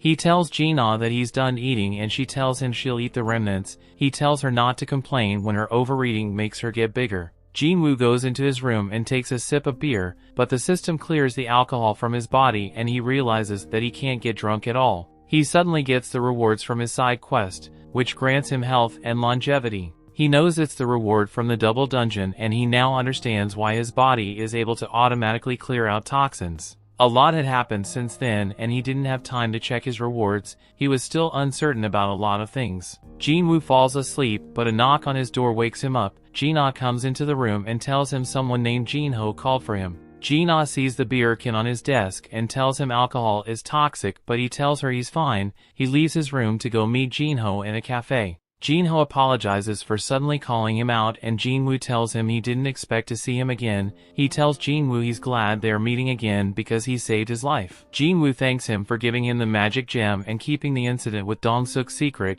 Jin-Ho tells him he understands it was self-defense. Jin-Woo asks him why he called him out and Jin-Ho tells him he plans to build an attack team, but Jin-Woo immediately refuses. Jin-Ho tries to get him to listen, but he tells Jin-Ho he doesn't want to hang out with a rich guy. Jin-Ho tells him he just needs his help in 19 raids and Jin-Woo thinks he wants to become a guild master. Jin-Ho begs him to hear him out and Jin-Woo decides to give him a chance. Jin-Ho explains that he wants to get a guild master's license and to get that, he needs to participate in 20 raids. He tells Jin-Woo that mission was his first. He tells Jin-Woo he can pass the written exam because he studied hard, but he's not confident in his combat skills. Jin-Woo knows he's the second in his family construction company and he tells Jin-Woo he's doing it for the company because his father wants a guild established. Jin-Woo is surprised by this, but he knows dungeons have a lot of valuable stuff that can be used to make everyday items. He figures out that the company wants to have its own hunters conquer dungeons and take all the spoils. Jin-Ho tells Jin-Woo his father wants to hire an S-rank hunter as the guild master while his brother becomes the assistant. Jin-Woo knows there are only 7 S-rank hunters in the nation, and Jin-Ho tells him the S-rank hunter who hasn't joined the guild has retired. Jin-Woo figures out that Jin-Ho is going to poach the S-rank hunters from other guilds, and he advises him against it because the guild will become his enemy. He tells Jin-Woo his brother isn't powerful enough, and Jin-Woo figures out that Jin-Ho wants to get stronger so he can become the guild master. Jin-Ho tells him his father will believe he has gotten stronger if he completes his raid with a low-level hunter instead of a high-level. Jin-Ho knows Jin-Woo should be a B-ranked hunter at best, and he's sure teaming up with him would be productive. He slides him some building plans that he wants to give him as a reward for the raid. Jin-Woo looked through it and he thinks the amount is too trivial because he could someday become higher than an S-rank hunter. Jin-Woo knows teaming up with people who don't understand the concept of leveling up would be dangerous. He rejects Jin-Ho's offer, and Jin-Ho begs him that he would keep his secret for a lifetime. If he offers to help him, Jin-Woo gives him a deadly glare and Jin-Ho almost jumps out of his skin. Elsewhere, we see Dong-Soo tells his assistant to bring him the documents containing the details about Jin-Woo and Jin-Ho. His assistant Laura brings it into the room and he's pissed out that his brother lost his life. She tries to comfort him, but he cuts her off and demands for the documents. She hands it to him and he asks her what would happen if he took the life of someone in another country. She can't believe he's considering doing that. She tells him he would be prosecuted by the country if it has treaty laws with hunters. She tells him if the country doesn't, their own country would persecute him. She tells him he can be shown leniency if he negotiates with the government. He tells her to adjust his schedule, but she tells him changes to his schedule will affect the guild's operations. He asks her how his schedule is looking and she tells him it's fully booked. He tells her to clear it for later and she goes to arrange it. He sees that Jin-Ho is a D-rank and Jin-Woo is an E-rank hunter. He hopes they are still alive when he pays them a visit. Back with Jin-Woo, he goes out for his morning routine and Jin-Ah tags along. He's surprised she decided to work out today and she tells him studying all the time will be harmful to her. He thinks she's working out because she ate too much chicken. They go for a jog and Jin-Woo suddenly asks her what she would do with 30 billion. She wonders why he's asking and he tells her it's just a random question. She tells him she would take care of their mom's medical bills and pay off her college tuition fees. He asks her what she would do with the rest and she tells him she would save it up because it was a lot of money. Jin-Woo gets his answer and he tells her to keep up at her own pace. He leaves her in his dust and she can't believe how much stronger a hunter is compared to a human, even though he's at a low rank. Jin-Woo looks through his daily quests and he sees that it keeps counting. When he exceeds the gold, he does more push-ups to confirm and he decides to see how far he can run. Jin-Ah finally catches up to him, but he tells her he's going for another lap and she's dumbfounded. He decides to perform double of his daily quests and the daily quest becomes a secret quest. He accepts his reward for the secret quest and the system gives him a number of boxes to choose from as his reward. He goes for a blessed random loot box and it appears on his hand. It opens up and a miniature sun comes out which turns into a key. The system tells him the location of the dungeon. The key opens and he sees that the dungeon is an S-ranked. He sees that he can get the ingredients for the elixir of life, which can cure all illnesses, and he cracks a smile. Later, he goes to visit his mom and the hospital and he decides to clear the dungeon to get the elixir of life. He begins to open up the gate to the dungeon and he knows that there would be powerful beasts in the dungeon, similar to the ones that gave the S-rank hunters a hard time. He opens it up regardless and he wonders if he can deal with such beasts at his level. He enters the dungeon and he's a bit scared at the sight of it. He isn't too bothered because of teleportation stone he can use to get out of the dungeon if things don't go his way. A three-headed monster called the Hellgate Cerberus suddenly appears, but Jin-Woo is unfazed. He knows he can't give up because he has to get stronger and keep leveling up. He summons his dagger and stares at the monster in defiance. His wolf assassin title gives him more strength and he rushes at the Cerberus. He uses his dash skill to go even faster and he slices at the monster, but it doesn't deal damage. He slashes the monster several times, but all his attacks are harmless to the monster. He's surprised the gap between them is still so huge after he used his title skill. He decides to use his murderous intent skill, but it gets cancelled out by the Cerberus. The monster attacks him, but he dodges and stabs one of its heads. He casts the paralysis and life debuff of his dagger on the monster, but it cancels it out. The monster attacks him once again, but this time he doesn't dodge on time. The monster sinks its teeth into his arms and Jin-Woo screams out in pain as he loses some of his HP. The monster throws him down and Jin-Woo is shocked to see he lost a third of his HP just from one of the monster's attacks. The monster is about to squash him, but Jin-Woo dodges and gets back on his feet. The Cerberus uses its rage skill to double all its abilities for 3 minutes and it slashes at Jin-Woo with its paw. Jin-Woo can barely react to the attack before he's hit with so much force and he loses more of his HP. He uses his full recovery skill since he has no choice and attacks the monster. He stabs the monster eye, but the system tells him the monster no longer feels pain. The monster throws him off its head, but as soon as Jin-Woo regains his balance, the monster lands a series of attacks that halves Jin-Woo's HP. The monster keeps attacking and Jin-Woo's HP drops to 30%, his passive skill of willpower kicks in and he gets a 50% damage reduction buff. The monster runs at him and he kicks up some dust to distract it. Jin-Woo hides behind a rock and he's glad the system issues him warning at critical times to prevent his death. He decides to hold out for 3 minutes to let the monster's skill end before he thinks it's too dangerous. He's about to use the teleportation stone, but the monster suddenly attacks him and he loses it. He quickly jumps to safety and the system shows him his HP is quite low. He wonders how he'll survive and he decides to go shopping while the monster looks around for him. He gets 3 bottles of an exclusive healing potion, but each bottle only restores 100 HP. He sees the venom of the water snake in his inventory and he decides to take it since he's immune to toxins. The venom kicks in and grants him a 20% physical damage reduction. The monster finds him and attacks him, but he doesn't give up because he can still move. The monster's skill ends and Jin-Woo uses that opportunity to land as many attacks as he can manage. He slices and slashes the monster, but it remains unhurt. It attacks Jin-Woo and sinks its teeth into him once again and Jin-Woo's HP almost drains out. Jin-Woo uses his last strength to keep attacking the monster's weak spot repeatedly and the monster finally falls. The system shows that he has defeated the Cerberus and he levels up considerably, his wounds heal and he heaves a sigh of relief. The system shows him the items he got for defeating the Cerberus. He gets a key that opens the door to the demon's castle. He suddenly gets a random item which opens up to reveal the pattern of the elixir of life. He sees that he needs 3 materials to craft the elixir and these materials can be found in the demon's castle. His experience with the Cerberus made him realize that entering the demon castle will definitely lead to his death. He decides to return to the dungeon in the near future, when he's strong enough to clear it.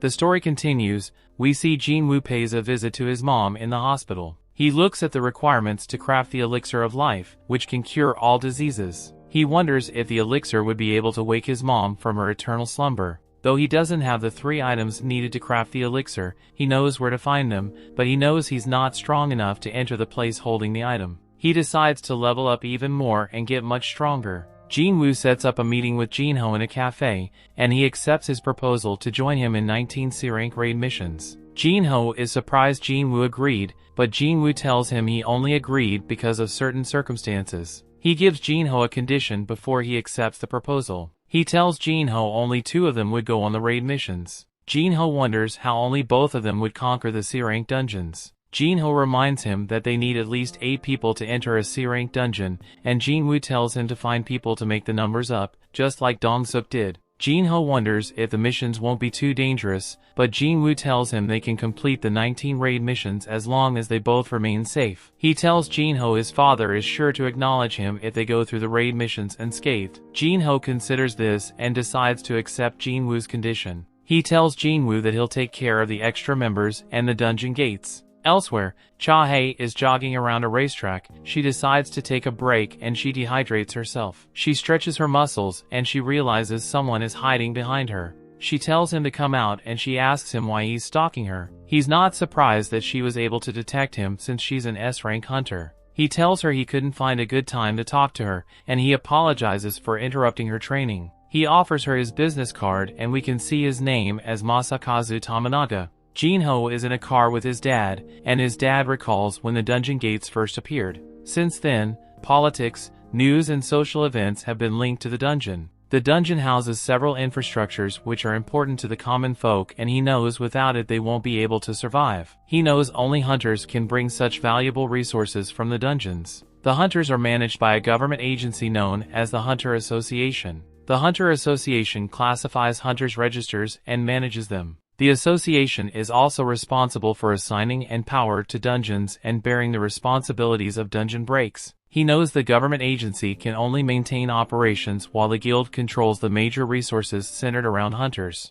The guilds obtain profit acquired from the dungeon. The 5 major guilds in the country comprising those are the Hunters Guild, the White Tiger Guild, the Felm Guild, the Fame Guild and the Knights Guild have monopolized all the resources. He tells Jin-Ho he can't just sit back and watch them do that, because the resources vital to common people will fall into the wrong hands. He thinks it should be people who have supported the nation's development that should be responsible for managing the resources. He tells Jin-Ho that is the reason they must establish a guild. Jin-Ho agrees with his father. He and his brother jointly run a guild that headhunts S-rank hunters, which is quite risky. He's not sure his current self can handle a guild alone. Jin-Woo goes out for a jog to complete his daily task. He sits on the park bench and he opens up the game system. He notices the system doesn't count the extra tasks anymore, and he wonders if he can still get a reward like the previous secret quest. He was hoping to get another item from the cursed random loot box, just like the Demon Castle's key. He realizes he may get the key to an instant dungeon. He opens the random loot box, but he gets a bingo card that has already been partly played. He's disappointed by the reward, but he understands that it's a random loot box, so he doesn't worry about it. Jin-Woo leaves the park and he walks along the city streets. He looks at his status on the game system and he realizes just 3 ability points are not enough to make him strong. He decides to level up quickly, but he can't do anything but wait for Jin-Ho's C-rank mission raids. He remembers a centipede in a dungeon, and he decides to go back to slay them to get more points, but he realizes he would be able to escape more easily, and he may not get points from defeating the centipede. His game system closes as he gets a message from the Hunter Association inviting him to participate in a D-rank gate mission. He sees that he'll not be able to fight alone since the Hunter Association wants to make a team and he wonders if he should decline. He decides to take the mission because it's better than doing nothing and he can't waste any time. Elsewhere, Song's apprentices are training in a dojo. One of the apprentices confesses to his master that he's still not strong enough to defeat him. The master tells him it's understandable that he can't win, but the apprentice still feels ashamed. He wants to spar with the master while he's in an optimal state, but the master is surprised he's not giving up. He gets an urgent call-up message and he said that low-rank hunters are nothing but errand boys for the association. His apprentice asks him if he's ever considered retirement, and he's surprised. He remembers terrible scenes from his previous raid, and he realizes he may be a hindrance since he lost one arm. His apprentice tries to explain that he didn't mean it like that, but the master tells him he wants to do as much as he can for the world before he loses his life. A hunter tells his wife he got called to a raid mission and she tells him to consider giving up his hunter profession. She tells him the profession is too dangerous because a lot of people lost their lives in his previous mission. She reminds him that he almost didn't make it out, but he tells her they need money to get their daughters through school. She agrees with him and he reassures her that the association won't send them to a dungeon that's too dangerous for them. He tells her the last time was just an exception, and she apologizes to him for worrying unnecessarily. She tells him to be careful, and his daughter wonders if he's strong. He assures her that he's very strong and he can defeat powerful monsters. Yunho goes to see Jongin in his office and he's pissed Jongin deceived him. Jongin feigns ignorance and Yunho tells him he pushed the media interview on him. Jongin tells him he saw the interview on TV and he thinks he did very well because his speech was heartfelt. Yunho is pissed Jongin is pushing his responsibilities on him. Jongin tells him his attitude and honest character will represent the hunters and that's what their chairman wanted. He tells Yunho he isn't suited for that. Yunho decides to drop the accusations and he wonders what Jongin summoned him. Jongin tells him he wants to inform him that Eugene Construction, which is the business name of Jinho's dad, wants to establish a guild. Yunho tells him he already knew about it, and he heard they were looking for people to fill up the guild. He knew they were poaching some of his squad members and Jongin realizes he's meddling unnecessarily since he already knows. Yunho is sure Jongin and knew he was aware of all this and he decides to find out what Jongin really wanted to tell him. Juhee gets a call from her mom who wonders if she's alright, since she doesn't call her often. Her mom wonders how her work is going and she tells her it's going fine. Her mother wonders if working as a hunter makes her uncomfortable, since she's so timid. Her mom heard she was a B-rank hunter, but she's not convinced she's strong enough for that rank. She thinks she's a burden to other hunters, so she tells her to come back home and help with the house chores. Juhee gets angry and she tells her mom to stop making decisions for her. She tells her she'll make her own decisions, and she ends the call. She's so pissed her mother thinks she's a burden to other hunters. She remembers how useless she was in previous raids, but she decides to give it another go. She leaves her room, but she gets a message from the Hunter Association asking her to participate in a D-rank gate raid. Cha-hae walks through the Hunter Association building and she stumbles upon Yoonho, but he doesn't pay her any attention. She goes into Jong-in's office and he wonders what he can do for her. She tells him she was approached by a scout from Eugene Construction and she wanted him to know about it. She hands him the business card and she tells him they are launching a new guild and they want her to join them as the guild master. Jong-in figures out that she turned them down and he's relieved. She tells him she saw Yoonho on her way in and she wonders what they were talking about. Yoonho sits in a room alone with a glass of scotch. He remembers his conversation with Jong-in, who asked him about Jeju Island. Yoonho wondered why he asked him about the island. Jong-in reminded him that the island was sealed off since the failed raid, and they gave the public updates about the island annually. He knew people were trying to forget about the island and what it represented. Yoonho could understand why people would want to forget about the island. Jong-in told him he could never forget about that island, no matter how much people praised him for being the strongest hunter. He told him he intended to clear that island in the near future and he needed him to be on the same page. He wanted them all to gain strength and gather allies, so they could sway the public's opinion about the island. Yoonho now understood why he arranged the interview with the media and why he began training new hunters.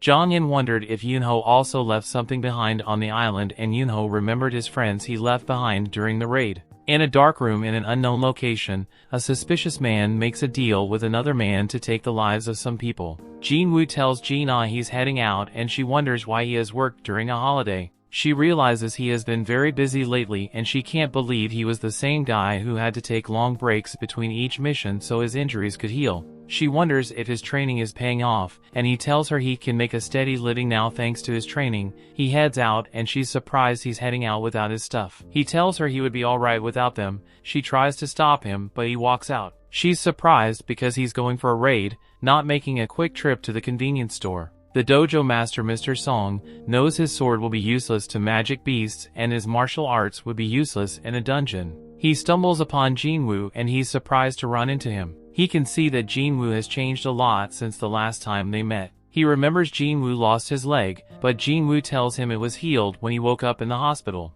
Mr. Song thinks it was a skilled healer who restored his leg, and he's happy to see Jin-Woo in good health. Jin-Woo is sad because Mr. Song didn't get his arm back, but Mr. Song tells him he had gotten used to it. Jin-Woo wonders what Mr. Song is doing around the area, and he tells him he was answering a summon from the Hunter Association. Jin-Woo is surprised Mr. Song was summoned by the association just like him. They arrive at the gate and Jin-Woo sees the hunters who survived the encounter with God. They're too ashamed to look him in the eye because they sacrificed him for their own safety. Song is suspicious that only the survivors from that dungeon were reunited. Joo-hee is so surprised by how much Jin-Woo has changed since she last saw him. A car suddenly arrives at the gate location and 3 prisoners step out of it. They are glad a lady is part of the group. They start hitting on her, but an association hunter shuts them up. An association official briefs them. She tells them the prisoners are substitute hunters who would be joining them for the mission. They are surprised they would be fighting alongside criminals, but the official tells them the prisoners won't cause them trouble since they want to reduce their sentence.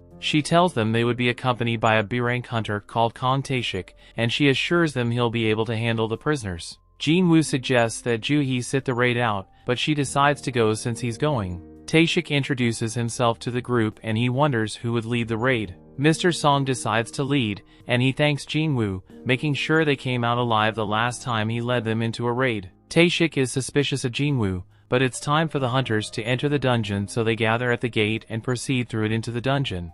The story continues. We see inside the dungeon, the prisoners are actually doing a good job wiping out some goblins. Mr. Song wonders who the real beasts are and demonstrates his own power. The group of goblins is eventually wiped out and Mr. Song impressed by how much stronger Jin-Woo has gotten. Even Joo-hee points out how Jin-Woo hasn't gotten hurt yet, and she hopes that no one ends up needing her to heal them. Mr. Song is still amazed as even Jin-Woo's aura is different. Tae-shik has the move forward, but they find a split in the path. The dungeon has been much easier than they expected, so they determined that it should be fine to split up. They will be taking on a bit more risk, but they will be able to clear the dungeon faster. Jin-Woo is able to sense that the dungeon boss is down the path on the right side, but he doesn't tell anyone. He hasn't been leveling up much from the weak goblins, so Jin-Woo requests that his group go down the right side path. They split up, but Tae-shik oddly stares at Jin-Woo. Kim's group member is the other coward, and Kim decides that they will have to apologize to Jin-Woo for abandoning him on the first raid.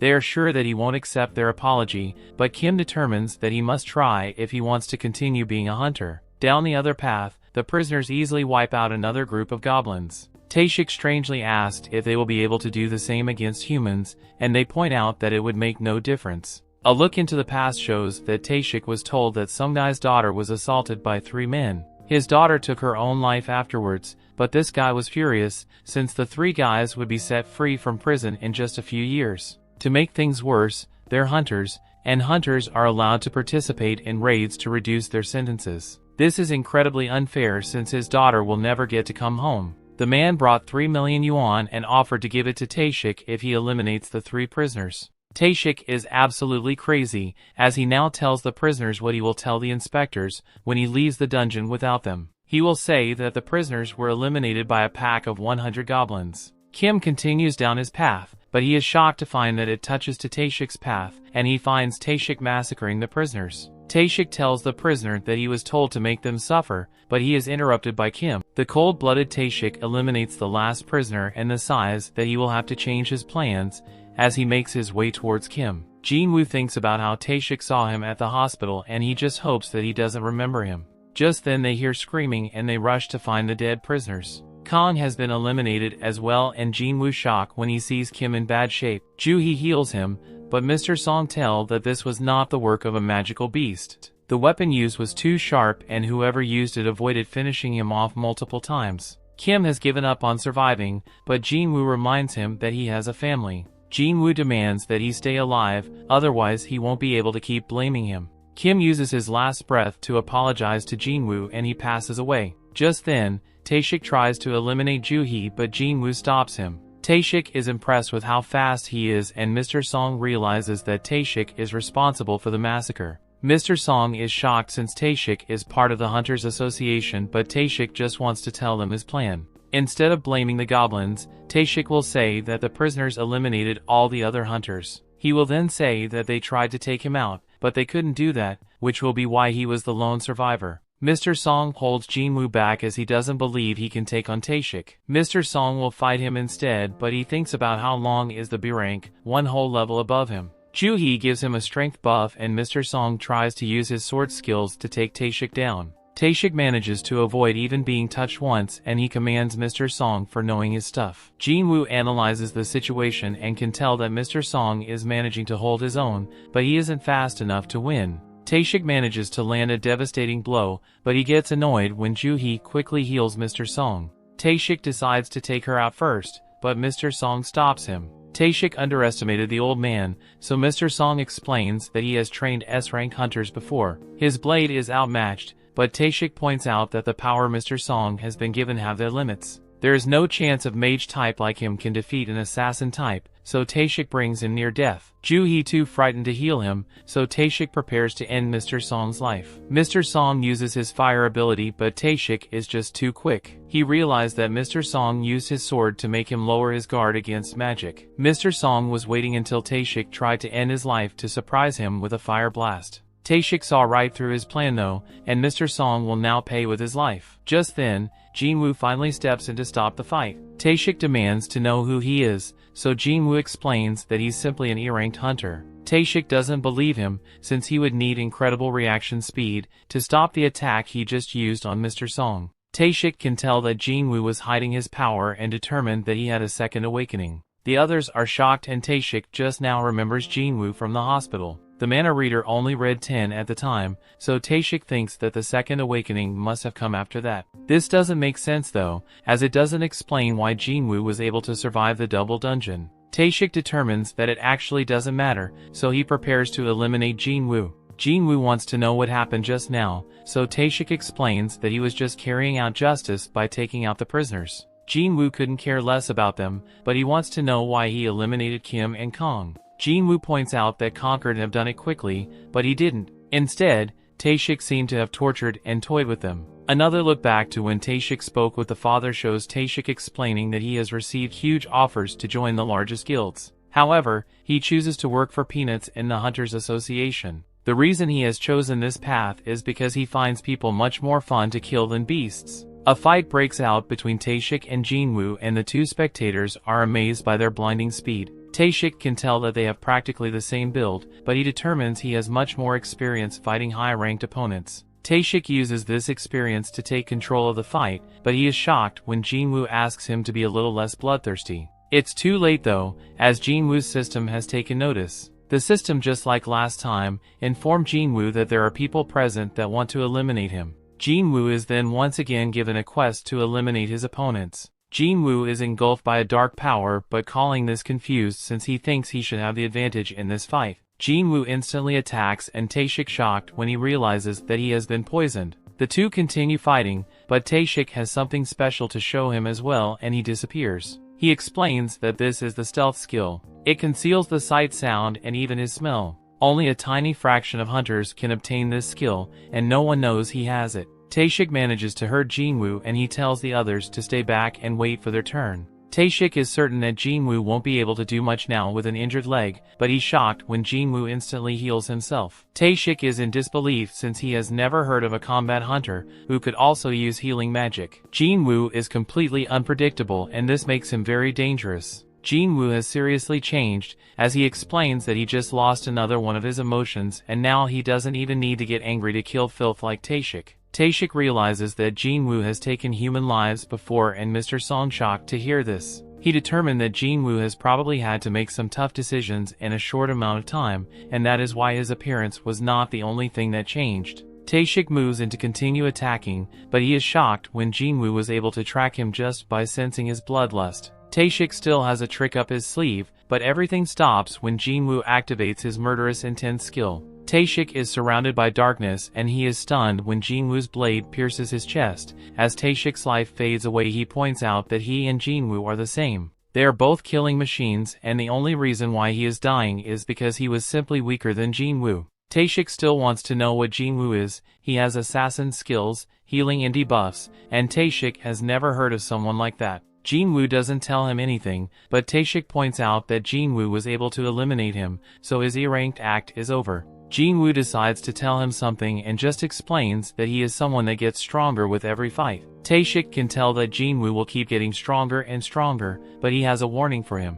If he goes too far searching for more and more power, that same power might take control of him. Jin-Woo's quest is complete, and he got some rewards. Jin-Woo has noticed that the stronger he gets, the more he feels like something inside of him is falling apart. His friends thank him for saving them, but Jin-Woo tells them to leave the dungeon. They are shocked to hear that Jin-Woo plans to clear the dungeon alone, but they realize that he is strong enough to do it. Outside, Jin-Chul is shocked to hear that Taeshik was killing in secret. He is shown the only survivors of the mission Taeshik was on, and he's surprised to find that one of them is Jin-Woo. He apologizes for what happened, but more importantly, he wants to know who was the one that defeated Taeshik. Jin-Woo realizes that he won't be able to keep his secret anymore, which means he will have to cancel his deal with Jin-Ho. Just before he admits to everything, Mr. Song lies and says that he was the one that eliminated Taeshik. Mr. Song is only a C rank, so he explains that he only won the fight because he had the help of a healer. Jin-Chul is skeptical as Taeshik was a top B rank hunter, but he accepts Mr. Song's answer. Just then, Jin-Woo reminds himself that he cannot get overconfident. He could until before, but Jin-Chul was an A-rank hunter. He can sense his immense power now, and he can tell that it is current strength. He wouldn't stand a chance against this guy in a fight. Mr. Song determines that Jin-Woo has a good reason for keeping a secret, so he tells Jin-Woo that this is just him paying him back for what happened in the double dungeon. That night, everything has been settled, and Ju-hee wonders if Jin-Woo remembers the stone he gave her. The story continues. We see Jin-Woo and Ju-hee take a little walk while they discuss how much Jin-Woo has changed. Ju-hee is the complete opposite of him, as she hasn't changed at all, and she realizes that she is too timid to be a hunter. She should really be participating in A-rank raids, but she chooses the lowest rank ones instead. It's not terrible since it allowed her to meet Jin-Woo, and she began healing him. He would always get hurt, but she could never forget how his eyes always had that determined look in them. Ju-hee returns the crystal he gave her and reveals that she will be retiring. She will be going back to live with her parents, but the two agree to hang out if they ever see each other again. A look back shows that Jin-Chul was very skeptical of Jin-Woo. He didn't believe that an E-rank like him could defeat the B-rank Taeshik. Jin-Woo was already found to not have had a reawakening though, so Jin-Chul just let him be. He did, however, issue him a warning. Dong-suk's brother Dong-soo has heard that Jin-woo and Jin-ho were the only survivors after his brother was eliminated, so he may be coming after them. This is extremely shocking since Dong-soo is an S-rank hunter. Dong-soo likely doesn't care about all the facts, and he is the type to be upset just because Jin-woo survived and his brother didn't. Unfortunately for Jin-woo, the law is powerless against S-rank hunters, and they have the potential to bring forth either a miracle or a calamity. One of these monsters is after Jin-woo, so Jin-chul recommends that he get his family and leave the country. Jin-woo just determines that this is another reason to have to become stronger, since if he doesn't then he won't survive. Jin-woo arrives to meet with Jin-ho, but he's very confused by what he sees. Jin-ho explains that this is their strike team. He prioritized finding people who are qualified hunters but have reasons why they can't work and are struggling to make a living. Jin-woo points out that he hired a high schooler, but she points out that she is a qualified hunter, just like them. She gets discouraged though when Jin-woo figures out that she's an E rank with no raiding experience. It doesn't actually matter though, as Jin-woo informs them all that they will be waiting outside while he and Jin-ho take care of everything. They will all be getting paid 3 million yuan each,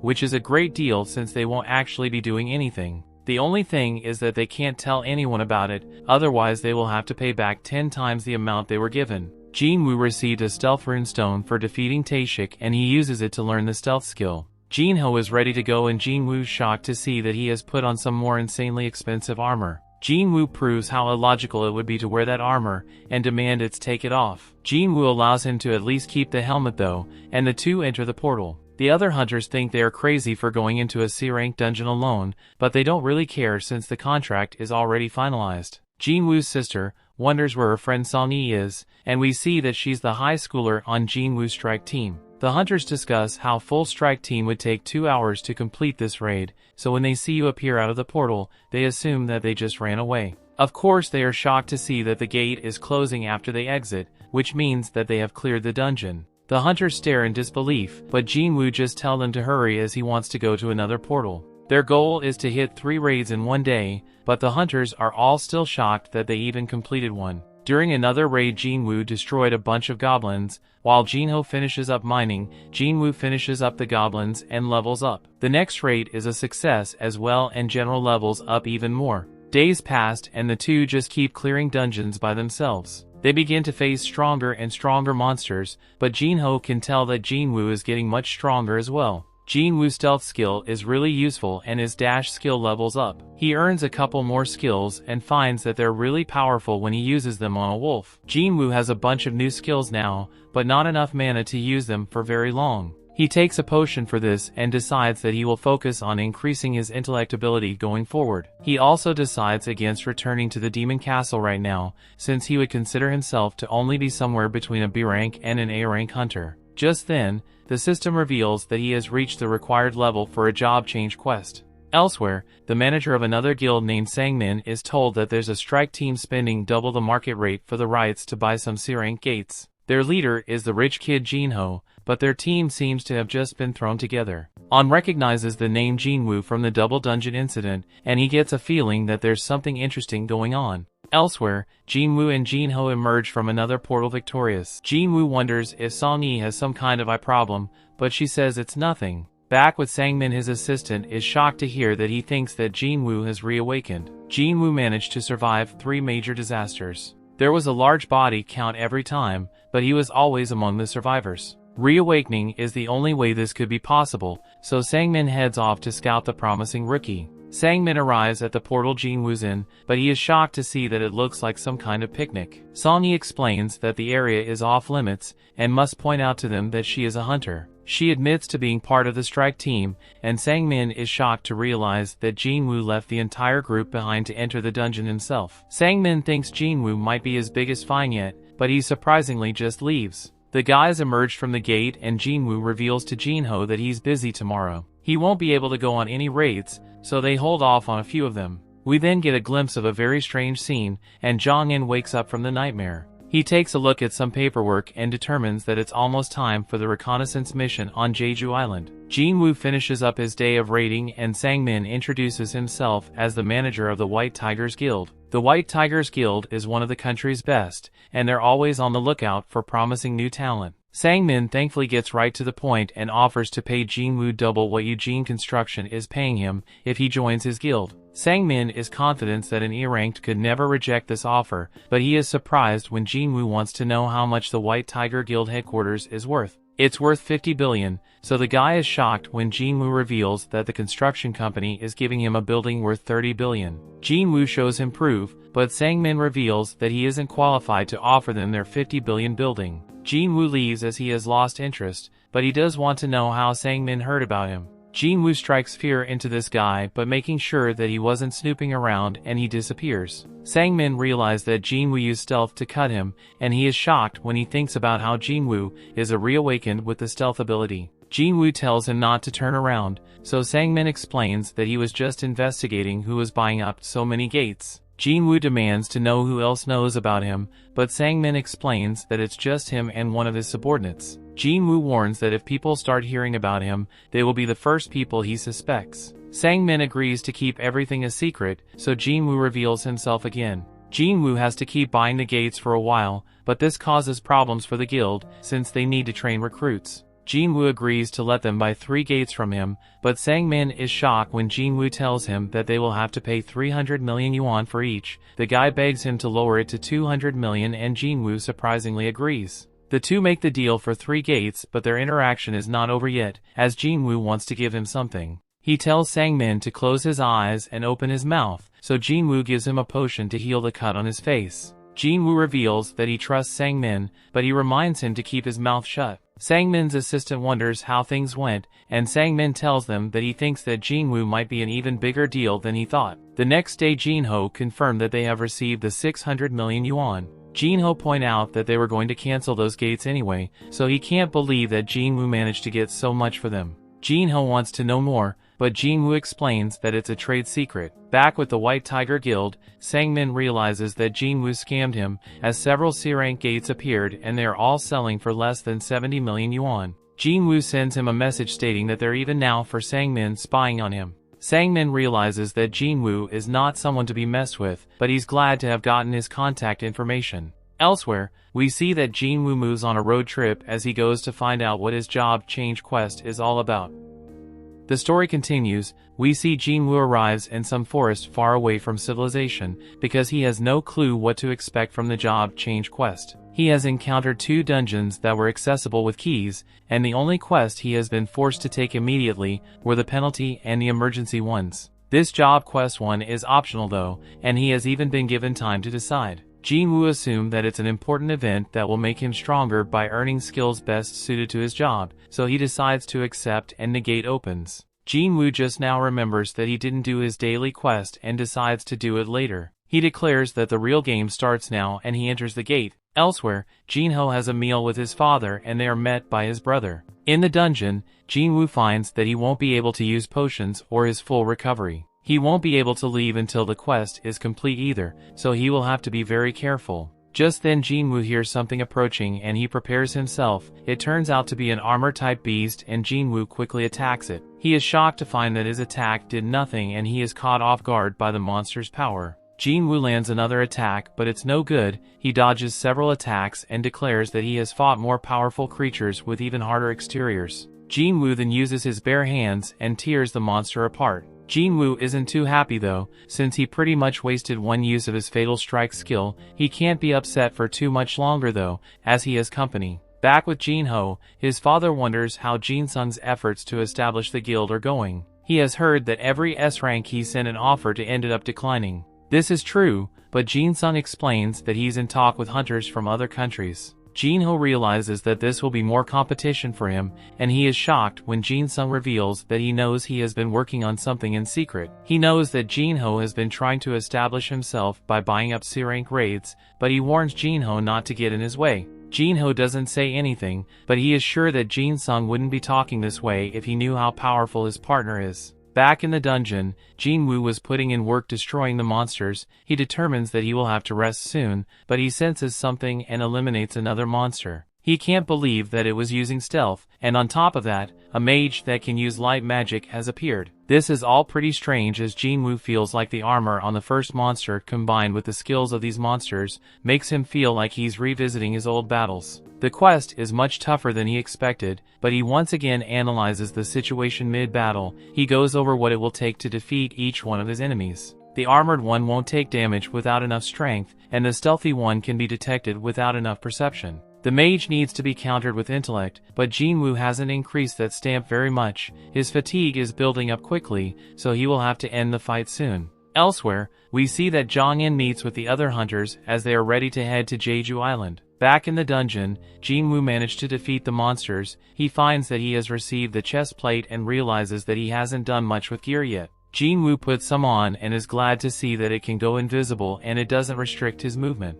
Jin-Woo's level has gone up, and he also has plenty of golden items. His fatigue has recovered as well, so he continues through the dungeon. Jin-Woo opens a giant door and a gust of wind that comes out of it gives him the chills, inside of some kind of throne room, and he is shocked by what awaits him. The sound he hears and the presence he feels makes his entire body remember something. This pressure he feels is on the same level of what he felt during the double dungeon. Jin-Woo is in disbelief since all that intensity is coming from one opponent. This enemy is a knight commander named Igris. His name is in red, and Jin-Woo determines that this guy is nothing like any enemy he's ever fought before. Igris intently attacks with intense speed, and Jin-Woo shocked to see that this guy chops through pillars like they are tiny tree branches. This monster quickly overpowers Jin-Woo with his next attack, and Jin-Woo has no chance of keeping up with him. He gets tossed around, and Jin-Woo is in disbelief at how much of an insane monster this guy is. Jin-Woo shows immense speed of his own as he throws a flurry of attacks,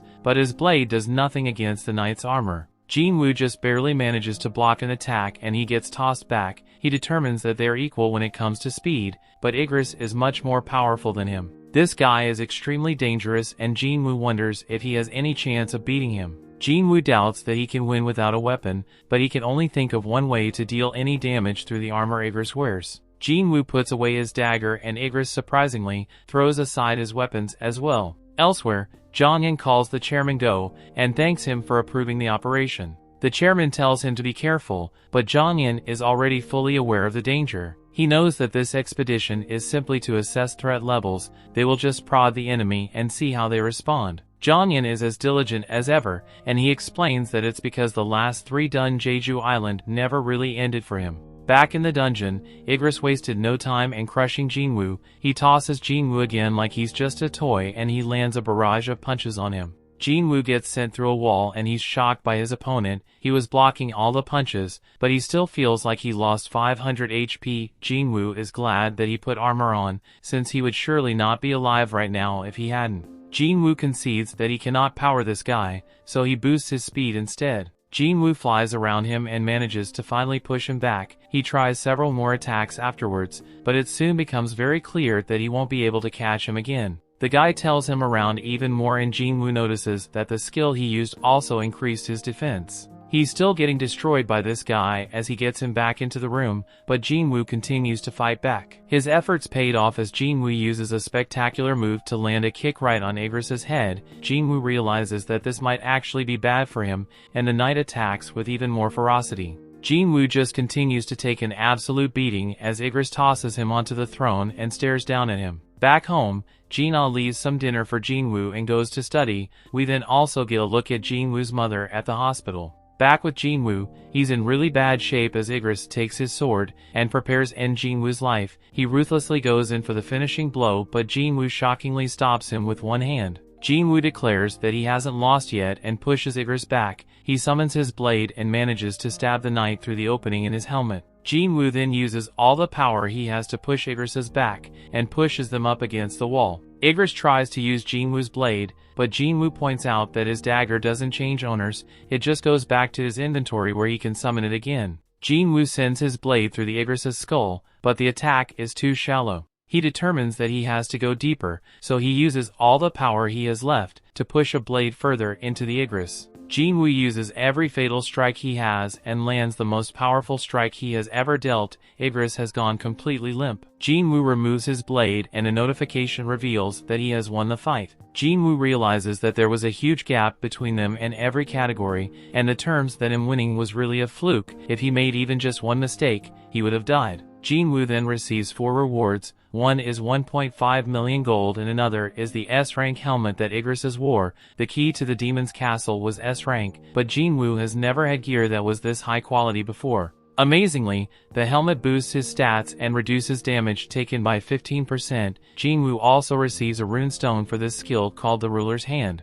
The final reward is an instant teleportation stone. It can't go into his inventory, so he wonders why he would be given one right now. It wouldn't make sense to be given one after clearing the dungeon, so Jin-Woo wonders if the job change quest isn't actually over yet. Just then Jin-Woo was shocked to see several portals open. A notification pops up and reveals that the job change quest actually begins now. Jin-Woo was instructed to survive as long as possible, so he can earn advancement points. These points are required so that he can be assigned to a higher class, but Jin-Woo has no clue what that means. A timer pops up and Jin-Woo realizes that he will be facing infinite waves of enemies. He's glad to see that his opponents aren't as strong as Igris, since he is sure he would have been overwhelmed in mere seconds. Jin-Woo is sure that he can handle these guys, but can't help but point out that there are a whole bunch of them. Jin-Woo's fearless though, and charges right at them. We then watch as the other hunters fly off to Jeju Island. After some time we return to see that Jin-Woo is still fighting, as the gate just keep tossing out more enemies. The real goal of this quest is to last as long as possible, so Jin-Woo uses his stealth skill.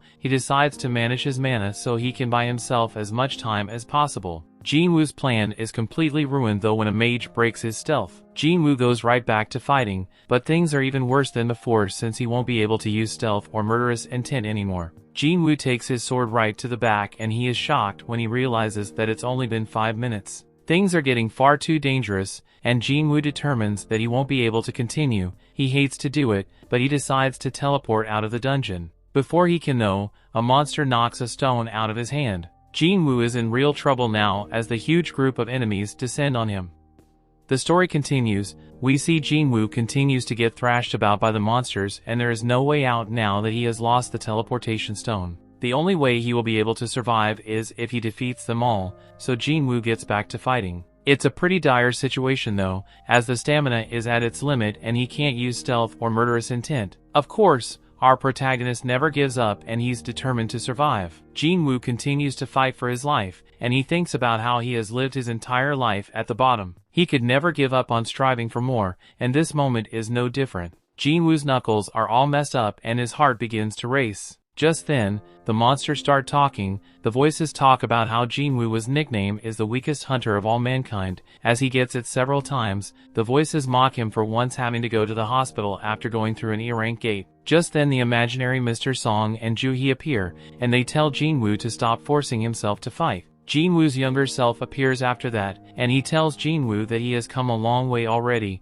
so that should be good enough. His old self can't even recognize the new Jin-Woo as he is much taller and in much better shape. However, he explains that the changes were only on the surface. Deep down Jin-Woo was still weak and he is about to die again. The old Jin-Woo declares that Jin-Woo will always just be an E-rank hunter, a dreamer who never learned his place in the world. Jin-Woo manages to avoid some attacks, but he can't manage for long, as he gets crushed. Young Jin-Woo tells him that this is what he deserves, since he was so quick to think that he was ready for this kind of fight. These words begin to convince Jin-Woo as he wonders if he really hasn't changed. Just then, a notification reveals that the time is up on his daily quest, and he will have to be penalized for not completing it. Luckily, this means that he will be taken to the penalty area. Jin-Woo now realizes that luck really is a factor in skill, and young Jin-Woo determines that whoever is behind all this doesn't want him to die just yet. He says goodbye and Jin-Woo was taken to the penalty zone. When he arrives, he is grateful that this penalty saved his life. Jin-Woo wonders though if it really was luck or if it was the system keeping him alive. Jin-Woo decides not to overthink it,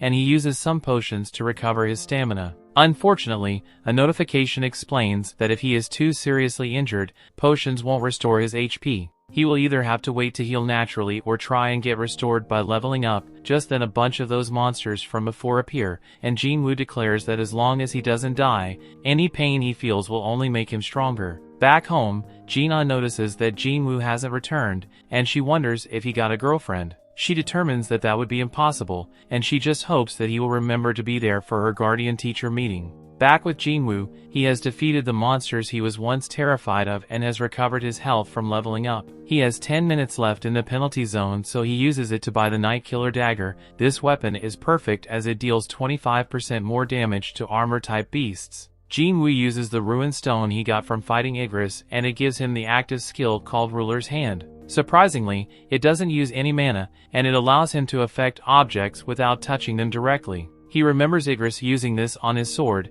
but Jin-Woo tests it and finds that he can't move large objects yet. Time is almost up, so Jin-Woo declares that he will have to rely on a little bit of luck to carry him to the end. Jin-Woo gets teleported back to the dungeon and he gets ready to fight again. Back with the other hunters, they're getting closer to Jeju Island. Jong-in is told that multiple sources of mana have been detected in the water, and Jong-in is shocked by what he sees. In the dungeon, Jin-Woo was very pleased by how his Night Killer dagger's performing. He can't shake a strange feeling he is getting though. He keeps killing the beast, but it doesn't actually feel like he is. That isn't all, as Jin-Woo was concerned about the mages who have been casting spells without actually attacking. Just then Jin-Woo realizes that they are responsible for opening the gates and summoning the knights. He decides to target the mages and finds that defeating one of them makes some of the knights fall apart. Knowing this, he targets the rest of them and takes control of the fight. The mages just do their best to hide behind the knights, but Jin-Woo manages to take out another one, leaving 3 mages left standing.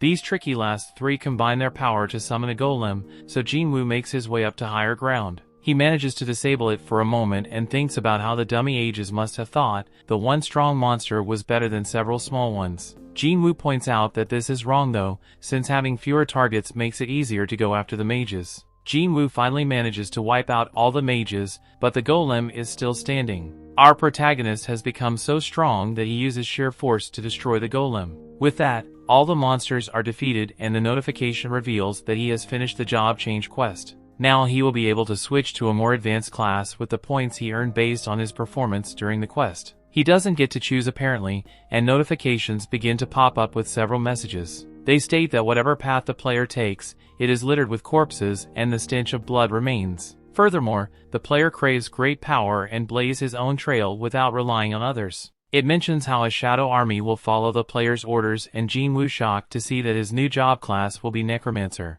This doesn't make sense to him at all since he hasn't put anything into his intellect stat. Necromancers are usually a magic type class that summon undead monsters as servants. Jin-Woo though has an assassin's build. His main stat is strength, and all his skills fit that style of fighting. If he gets a class like Necromancer, then all the effort he put into his current build will be wasted. Just then Jin-Woo was relieved to see that he can reject it. He declines, but this is some points out that Necromancer is a hidden class and it asks him again if he really wants to decline it. Jin-Woo gives it a second thought and wonders if it being a hidden class means it has some kind of special power. Jin-Woo wishes he had an example to compare it to, and he realizes that it's pretty similar to the summoning magic the mages were using. Encountering them seems like too much of a coincidence, so Jin-Woo wonders if this job change quest was pre-arranged by the system. The idea of summoning beasts like the mages piques his interest. The mages weren't very strong on their own, but Jin-Woo knows that he is. There is no rule that says necromancers can't fight on the front lines,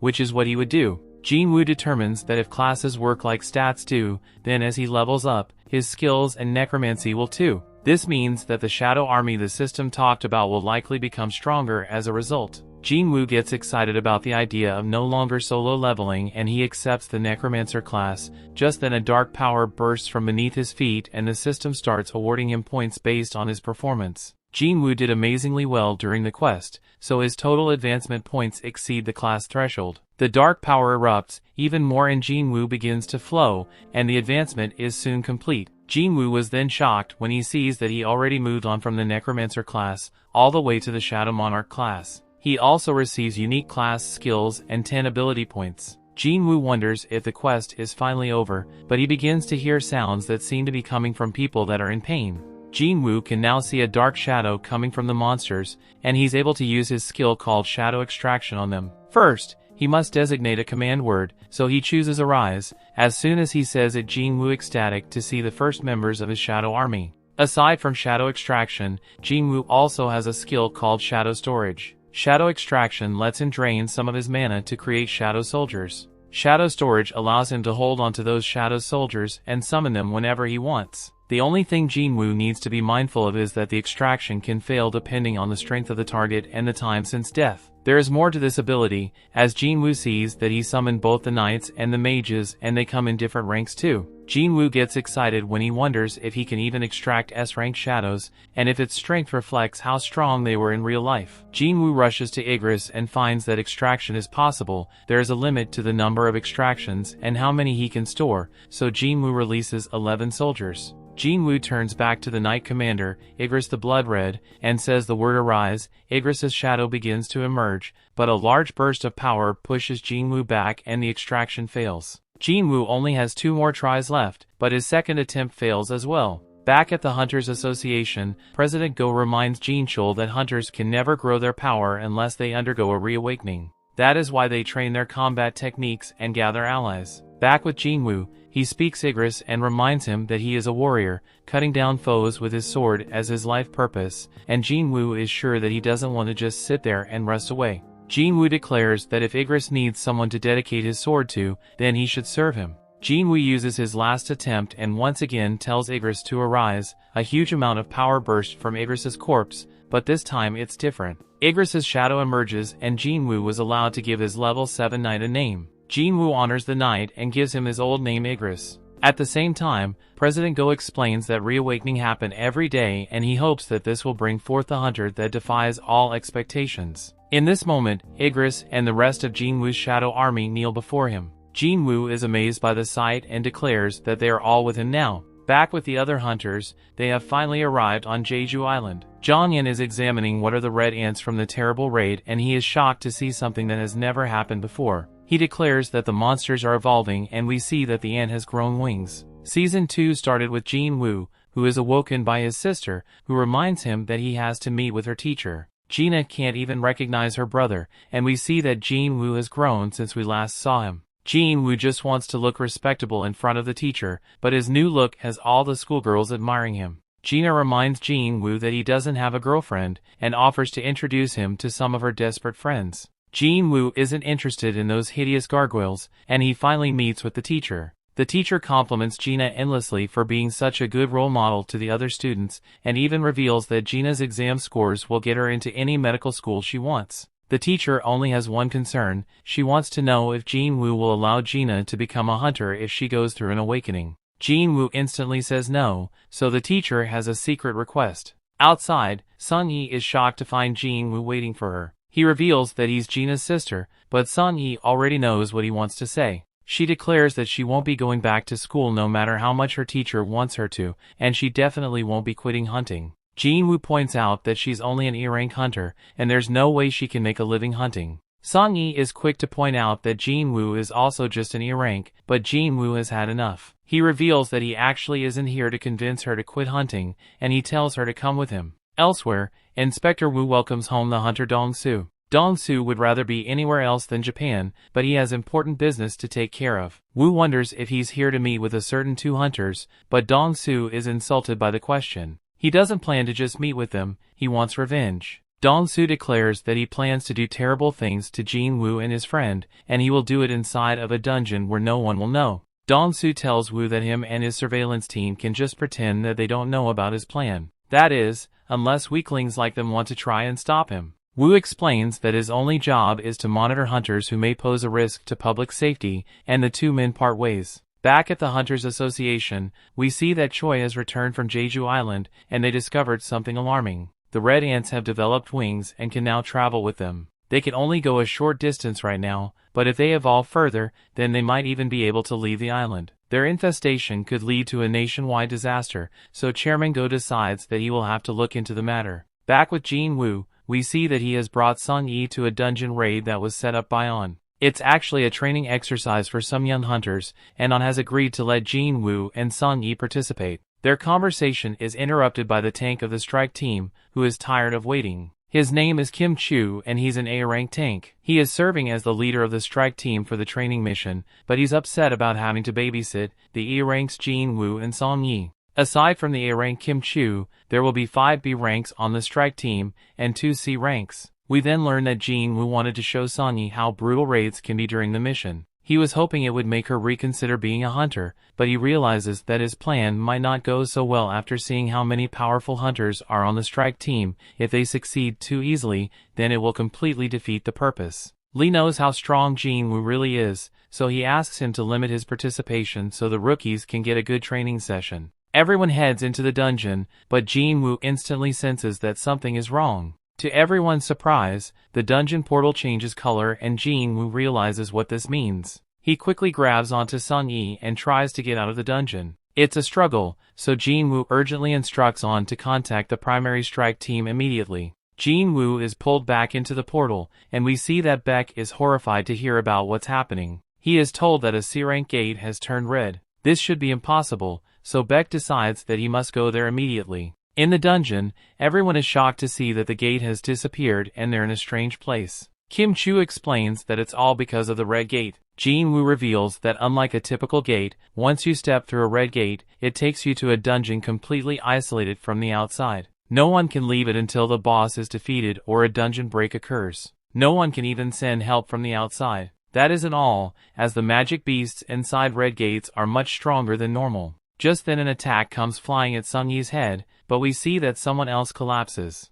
A rookie is stunned and mesmerized as she sees that Jin-Woo just managed to save Sung Yi's life. The attackers turn out to be ice elves and they attack from so far away that the average hunter wouldn't have been able to detect it. Jin-Woo is no normal hunter and he determines that the elves attack the weakest members of the strike team first. That was the guy that just got deleted and Sung Yi. These elves are pretty confident in themselves, but Jin-Woo is furious. Sung Yi asks about their opponent, so Jin-Woo explains that because of the cruel nature of these elves, hunters call them something more befitting of demons. They call them ice slayers. Kim Chu realizes how dangerous this situation is, but he knows that he won't be able to protect everyone himself. Because of this, he decides to form a second group, but Jin-Woo thinks this is strange. Kim Chu frames it as a way to raise their chance of survival, and guarantees that anyone who follows him will make it out alive. However, Jin-Woo knows that he just wants to leave some of them behind. Several members vow to follow Kim Chu, but he rejects one of the other hunters.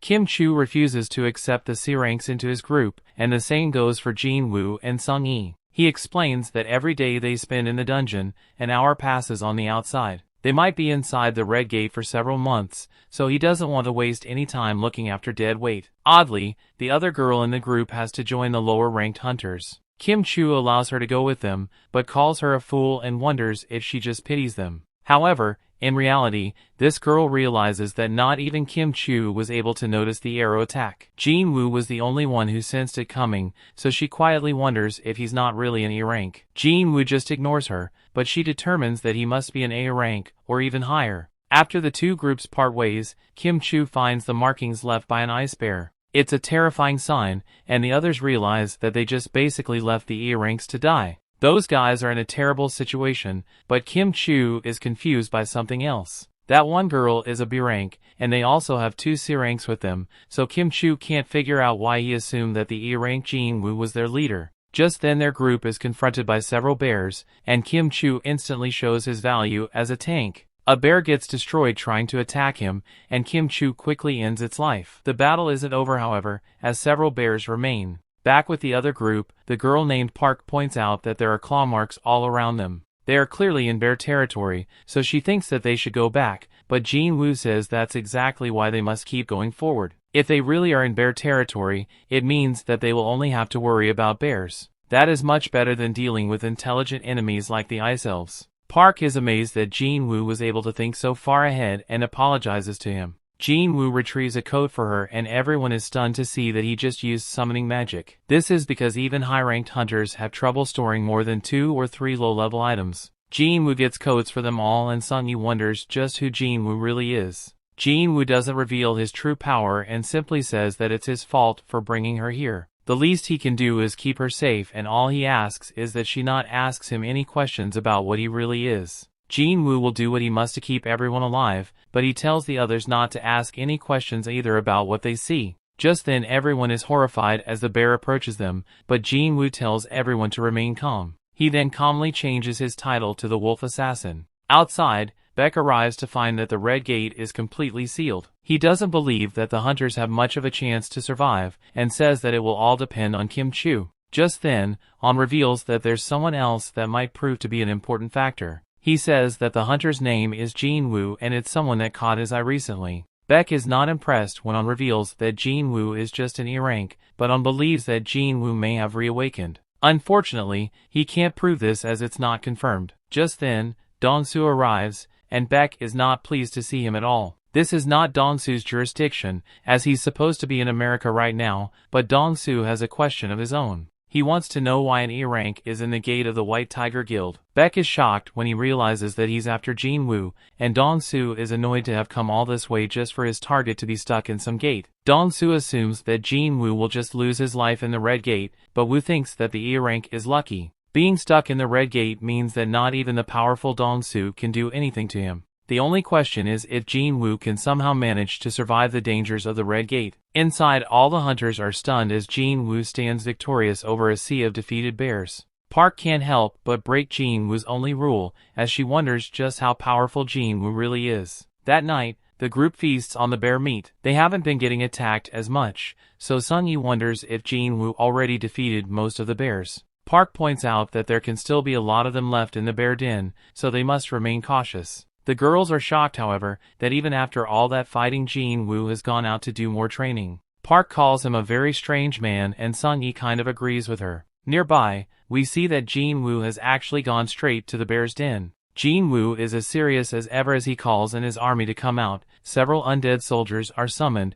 and Jin-Woo explains that this will be their first job. He sends them after the bears, and an all-out battle breaks out. The bears prove to be worthy adversaries, but Jin-Woo's army has plenty of firepower. Even when the bears manage to take down some soldiers, they just regenerate as they are undead. Artillery with high firepower, infantry that can regenerate quickly, they are completely outperforming Jin-Woo's expectations. However, they do drain a ton of his energy. Just then, the leader of the pack reveals itself. It shows just how powerful it is as it easily takes on several soldiers and Jin-Woo's mana is completely depleted. His shadow soldiers were wiped out instantly, and Jin-Woo doesn't have the mana to resummon them. Because of this, Jin-Woo sends out the shadow version of Igris, the red armored knight. The bear quickly attacks, but it's no match for Igris's fighting prowess. Igris absolutely wrecks the powerful beast and brings it to its knees. He ends the fight by cutting the monster's head off, and Jin-Woo acknowledges how powerful his companion is. He is sure that if Igris was fighting with his sword the entire time during their battle, then Igris would have ended his life. He realizes that it's only at his current level that he's on equal footing with Igris. Jin-Woo quickly corrects himself, however, as he thinks that he might still be weaker than him. Igris kneels before his master, and Jin-Woo praises his loyal soldier. Elsewhere, we find that Kim Chu is struggling to breathe. The other members of his party have been eliminated, but Kim Chu vows to accomplish his goal of joining the elite of the White Tiger Guild. He's horrified to see the position he is in now as the Ice Elves have surrounded him, and they finish off the last of his group. Kim Chu succumbs to fear and runs for his life, as he is watched by the leader of the elves. The story continues. We see Jin-Woo stands victorious over the Death Bears, and shows his immense power as a necromancer when he tells them to rise. Shadow bears emerge from the corpses, and Jin-Woo adds to his shadow army. Outside the portal, On explains that the strike force has been stuck for 3 hours, but on the inside it would be around 3 days. Red gates are very dangerous, so Dong-soo determines that Jin-Woo must already be a goner, and he prepares to leave. Dong-soo stops himself, however, as he demands to know why Jin-Woo is hanging around with the White Tiger Guild. On simply explains that Jin-Woo is an acquaintance of his, and he wanted to watch his rank mission. On is relieved when this seems to be a good enough answer, but Dong-soo shocks everyone as he begins to choke On. Dong-soo isn't gullible, and he knows that On has a knack for sniffing out new talent. Just then, we see that Beck has gotten very serious, as he has transformed, and he tells Dong-soo to stop. This only infuriates Dong-soo, as he says Beck is just a big fish in a small pond. The two men release some of their power, terrifying On because an S-rank battle would break out if these guys aren't stopped. The entire area could end up completely destroyed, but the guys are furious, and they attack each other anyway. Back inside the portal, Kim Chu's relieved to have gotten away from the elves. His relief turns to shock, however, as he comes across the corpses of the powerful death bears. It's a horrifying sight, and he wonders if the E-ranks he left behind are responsible. As he trembles in fear, he realizes that Jin-Woo and the others weren't strong enough to do this. Kim-Chu fears that the Ice Slayers could be behind it, so he runs back into the forest. Back outside, Dong-Soo is impressed as he sees that Mr. Woo is somehow powerful enough to stop an S-rank fight. The humble Woo says that the only reason his arms are still intact is because the two hunters held back at the last second. Woo explains to Dong-Soo that he re-evaluated Jin-Woo 2 months ago, and he is certain that the kid is really just an E-rank. Furthermore, the surveillance team has investigated the death of Dong-Soo's brother, and they determined that he was eliminated by a magic beast. Dong-Soo knows that this is just a story for the public, and he determines that if the killer isn't Jin-Woo, then it must be the other guy, the rich kid named Yu. Woo wants to know why he's after Jin-Woo if that's the case, but Dong-Soo's answer is simple: Jin-Woo is an accomplice. Just then, Dong-Soo gets called away and he says that Jin-Woo is lucky. On thinks about how no one understands Jin-Woo's power the way he does, and he is sure that Jin-Woo will survive the Red Gate. Back inside,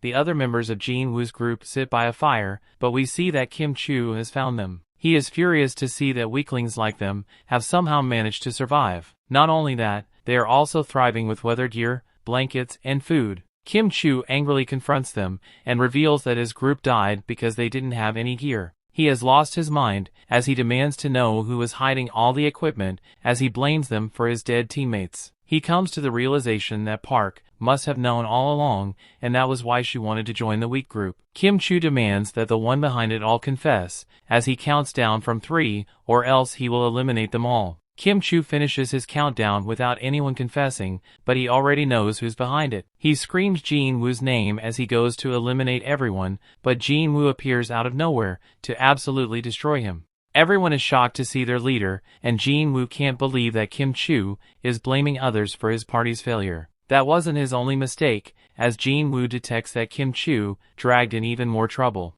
Jin-Woo tells the lurkers that their aura is way too strong to not notice, and instructs them to drop their stealth. The Ice Elves oblige and reveal themselves, and their leader's surprised to see that one of the human scums is actually strong. Jin-Woo fires back with a response, but everyone is stunned to see that he can speak the language of the magic beast. Jin-Woo is surprised as well, but he determines that his cheat system is to thank for it. The elven leader then explains why they are here. One of his men could tell how powerful Jin-Woo was when he stopped the arrow, and he wants to fight him. Before the leader can even finish his sentence, however, Jin-Woo chops off the head of the challenger. The leader is very amused, but Jin-Woo isn't, and he just goes right in to attack the leader. The leader defends himself well, and Jin-Woo can tell that he won't go down easy. The leader's amusement continues, as he says that Jin-Woo is not human, and he wonders why he's pretending to be. Jin-Woo has no clue what he's rambling on about, so the leader laughs as it means Jin-Woo is unaware. He reveals that elves have a voice in their head that tells them to kill humans. However, they don't hear it when it comes to Jin-Woo. This makes Jin-Woo wonder if this is similar to his system directives. The voice not directing them against him could stem from Jin-Woo being the player. The leader reveals that he would rather handle things in a sensible way, and he encourages Jin-Woo to just hand over the humans. Jin-Woo wants to know why they are fighting humans in the first place, but something strange happens as the leader begins to answer. His body glitches for a moment, and he just repeats what he said a second ago. Jin-Woo refuses, so the leader wonders if he really intends to make them his enemy. He reminds Jin-Woo that they outnumber him by a lot, but our boy Jin-Woo wonders why he is so sure about that. Jin-Woo summons his army, and the others question how this can even be possible. The confident elven leader thinks it's just a waste of time, but Jin-Woo isn't interested in his words. He wants a fight, and the leader obliges. The two sides clash in a bloody battle, and the others try to run away. Some archers set their eyes on them, but Jin-Woo shows his incredible fighting prowess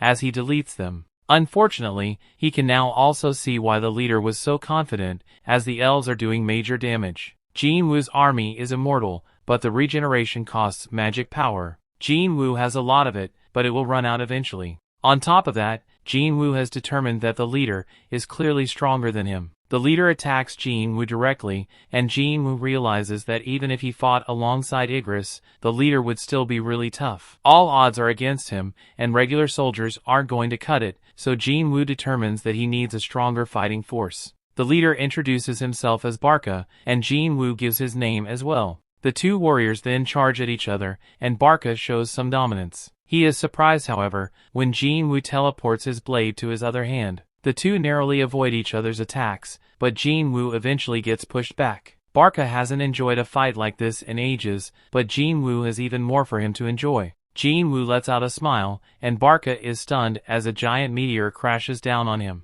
Nearby, Kim Chu regains consciousness, and just barely remembers getting wrecked. He once again curses Jin-Woo, and takes hold of his sword. Jin-Woo managed to buy some time with his magic soldiers, but Barca is not impressed, and goes in for another attack. Just then, Jin-Woo notices that Kim Chu is coming from behind. He actually predicted this would happen, so with Barca quickly approaching, Jin-Woo has Igris create a smoke screen. While hidden, Jin-Woo has Igris and Kim Chu's life. Kim Chu is stunned to realize that Jin-Woo knew all this would happen, and he was just being manipulated. With Kim Chu now dead, Jin-Woo tells him to rise, and a blast of light emerges from his body. Barca is still charging in, and he tells Jin-Woo that hiding won't save him. He is stunned, however, when a new soldier appears to push him back. Jin-Woo names his newest member, Iron, and the soldier lets out a loud scream. Barca is prepared to take on any challenge, and from just a few seconds of battle, he can tell that Iron isn't very agile.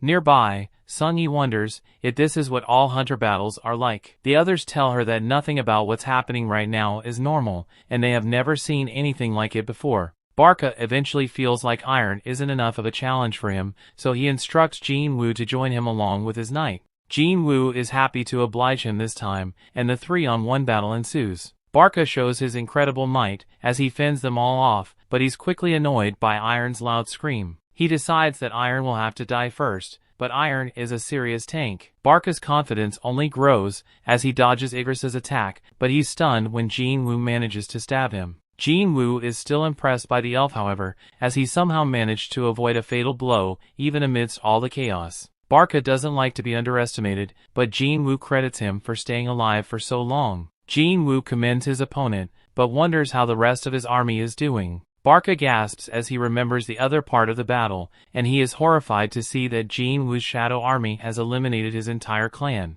Barca isn't too worried, however, as he knows that the army will fall after he takes out Jin-Woo. Just then, Barca dodges Jin-Woo's attack as he throws his dagger, and Barca mocks him. He calls Jin-Woo a fool for simply throwing his weapon away, but he doesn't know the first thing about our boy. Jin-Woo uses his absolute control of his weapon to call it back, and Barca just barely manages to block it. His weapon is destroyed in the process, however, so Jin-Woo sends Iron to take hold of the leader. With him unable to move, Jin-Woo has his magic soldiers unleash an insanely powerful fire attack. The battle isn't over, however, as Barca cuts through Iron. He vows to eliminate all the humans, but Jin-Woo is right there to silence him. Jin-Woo says that the battle is over, but Barca insists that it will only end when he says it does. Unfortunately, this isn't true, as Iron regenerates and absolutely crushes him. Jin-Woo reiterates that it's over, and we see that Barca is long gone. Just then, the ground begins to shake, but it's only because Iron's making sure that their job is done. Jin-Woo reminds his new soldier that he must show restraint, and he hopes that this doesn't become a problem. The others are glad to hear that it's all over, and they are shocked when Jin-Woo calmly tells them that it's time to leave. They're all relieved, but Jin-Woo has one more thing to do, as he looks at Barca's lifeless body. Outside, Han says that Beak can return home now. A week has passed inside the portal, and he fears the worst. Beak refuses to leave, however, and they are both shocked when people start coming out of the portal. Beak is sure that it's Kim Chu, as he was certain that his guild member would be able to pull it off. Of course, he's surprised to see who actually comes out, and Han proves to be the correct one, as Jin-Woo emerges. The gate closes, so Beak can only wonder where Kim Chu is. He's horrified to learn that only the low-ranked hunters survived, and he wonders what exactly went on inside. Beak would like to question Jin-Woo, but Jin-Woo is exhausted and he tells Beak to save his questions for someone in its guild. Beak can't believe what he just heard, as he wasn't asking for a favor. It was an order, and at worst he was trying to make a threat. Beak gets even more serious, so he reminds Jin-Woo that 6 of his guild members have gone missing. It's his responsibility to find out what happened. Jin-Woo is not one to be intimidated, as he points out that he was the one that saved the 2 surviving members. This means that it's also Beak's responsibility to show him some gratitude. Tensions rise, But Beak calms down as he realizes that Jin-Woo is right. He apologizes and Jin-Woo takes Song-yi home. Beak asks Park who exactly that guy was, and wonders why he was so angry. Park reveals that it was actually only after beating the boss that his mood changed. On insists that it must be exhaustion, as Jin-Woo is normally a nice guy. Beak has taken an interest in Jin-Woo, of course, and he instructs On to make sure he is brought to their guild, no matter what it takes. Later, Jin-Woo drops off Song-yi. She thanks him for everything, and looks forward to the next time they meet. As he leaves, Jin-Woo realizes that it hasn't even been an entire day since they were trapped. He's disappointed as he only earned 1 dagger for all his trouble, and determines that Barca must have been just too high of a level. A look back at what happened shows that Jin-Woo tried to make an immortal soldier out of the elven leader. He was given 3 tries, but Jin-Woo wasn't able to extract him. Jin-Woo at least got iron out of this situation, but that was the 3rd time already that he has had to take human lives. The next day, Yu meets with Jin-Woo, but Jin-Woo can't believe what he's wearing. They are headed to a mission, but Jin-Woo tells them that they need to pick someone up. This ends up being Song-yi, and Yu is shocked to see how informal they are being with each other. Jin-Woo wonders if she managed to get any sleep, but this gives Yu the wrong idea. Worried about Jin-Woo, Yu reminds him that Song-yi is underage. Of course Jin-Woo isn't doing what he thinks, so he's casual about it, but Yu once again gets the wrong idea. The story continues. We see Yo watch as in absolute amazement as Jin-Woo's soldiers take out a group of powerful beasts. Yo can't understand where they came from, and Jin-Woo remembers that Yo hasn't seen them yet. Jin-Woo reveals that they're a part of one of his skills, but Yo had no idea that this kind of immense power was even possible. With the battle over, Jin-Woo has his army start mining the area for crystals. Yo is pretty down as he can't compete with the army, and he pleads for Jin-Woo to at least let him have the essence stones. Jin-Woo isn't selfish though, and one of his soldiers offers to share. Elsewhere, we see that a man stands inside a destroyed ship. A soldier begs for his life, but the man tells him to calm down. It doesn't help much however, as they don't speak the same language, so the man uses a bit of English. He explains that he is human, and he just wants to go home. Back with our hero, he celebrates with Yo, as they just completed the 19 raids that was part of their deal. Yo must now pass the written exam at the association, so he can get a guildmaster's license. With that, he will be able to start negotiating with his father. As for Jin-Woo, he has decided to travel for a while. Yo assumes that he's trying to get away from him, but Jin-Woo points out that he's just drunk. Yo is actually just used to being pushed away, because he has a brother that is 10 years older than him and he is never like Yo. They never even did anything brotherly together. Jin-Woo on the other hand, has done a ton to help him, so Yo wishes that he was his brother instead. Jin-Woo can tell how hurt Yo is, so he says that starting today he will consider Yo to be his little brother. Elsewhere, we see that the mysterious man has been restrained, and some investigators wonder where he came from. He claims to be a foreign hunter who is trapped inside a gate 10 years ago, and he was unable to leave. At some point, he was able to find an exit that took him to a gate in America. The investigators are worried that he might be a humanoid magic beast, so they have requested the help of an S-rank hunter. That hunter is Dong-Soo. They are waiting for him to do the questioning, as the only thing they know is that this guy's name is Yi-Hwan. Later Jin-Woo informs his sister that he will be traveling for a week. She says that he's been pretty busy lately, and she wonders who he will be going with. Jin-Woo is annoyed by the question, and simply says that he will be going with a friend. Jin-Woo then returns to the entrance of the demon castle. He was only level 20 when he barely survived his fight against Cerberus. Jin-Woo's level has increased by 3 times that amount, so this challenge should be easier for him now. Jin-Woo uses the key obtained from his system and makes his way inside while thinking about the quest objectives. Demons roam the castle, and he must gather their souls. Jin-Woo is shocked however, when the quest reveals that he must collect 10,000 demon souls, and he can't believe that there are even that many inside. Jin-Woo hasn't lost sight of his real objective however, and that is to get the ingredients for the elixir of life. He doesn't care how many thousands of demons there are, he will stop at nothing to complete this quest. Elsewhere, Yo tells his father that he wants to take over the guild. He is well aware of the fact that his brother is planning to do the same, but Yo doesn't agree with what he's going to do. Yo is sure that his brother will bring in someone from the outside to run the guild, but he thinks it's too risky for the company.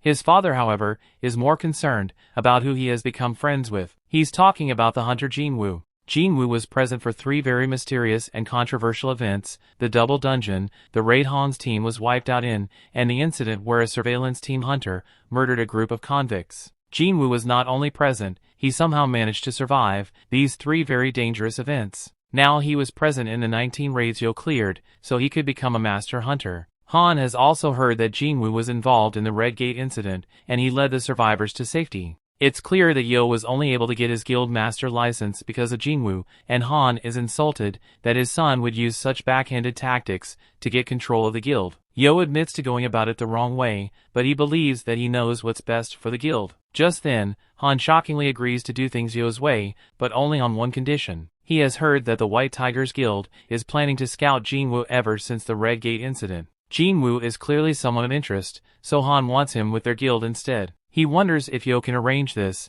and Yo promises that he can. Back with Jin-Woo, he finds that he cannot extract the demons to add to his army, but he can't understand why. He has taken out a whole bunch of them, but it seems like it might have just been a waste of time. Just then Jin-Woo receives an entry permit for the next floor. A light shows him the way, and Jin-Woo still can't believe how huge this dungeon is. It's an entire city inside of one building, and all the walking is becoming a pain. Thankfully, he doesn't have to walk as he summons the bear leader to travel on. Unfortunately, there's a bunch of demons in the way, but this proves to be no problem for Jin-Woo's powerful beast. The bear plows right through the sea of demons, so Jin-Woo decides to call him Tank. Elsewhere, some girls are amazed as they admire Cha-Hae. Cha-Hae then thinks back to when she spoke with Choi. Choi has decided to keep the reports of the flying ants confidential, but Cha-Hae thinks they should publicize it. Choi explained that it would only cause a panic, and they just need to focus on making their organization stronger. They are the largest domestic guild, and getting stronger is the best way for them to expand.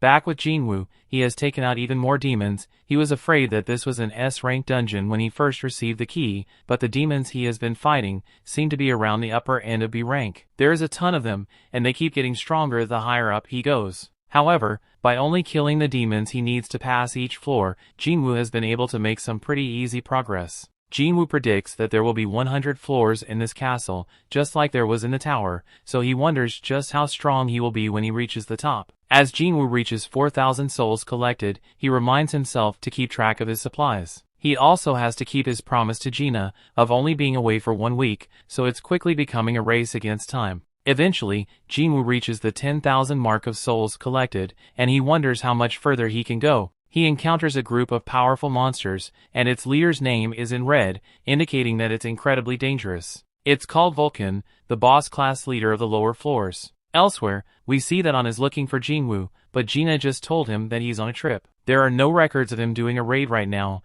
and no signs of him leaving the country. The last trace the association has of him is smack in the middle of the city, but they can only wonder where he is. In the dungeon, Jin-Woo says that he will take on the big boss, and he tells his army to wipe out the others. His army then springs into action, and starts taking out the demons. Now that Jin-Woo has more points in his intellect ability, he's able to summon more soldiers, and have more magical power to maintain them. Thanks to that, battling has become much easier. Jin-Woo then stares at the boss-class demon, and wonders if the big guy is ever going to get up. He casually assumes that it's not going to move, but he is stunned when it shows incredible speed to attack him. Jin-Woo shows insane speed himself, as he dodges and he furiously lands a counterattack. This sends the giant boss flying, and Jin-Woo even surprises himself. All he did was punch the thing, so he wonders if he overleveled his strength. Vulcan isn't done however, and he lets out a loud scream. It seemingly goes into another mode, and this reminds Jin-Woo of what happened with Cerberus. The beast's attack is coming quickly,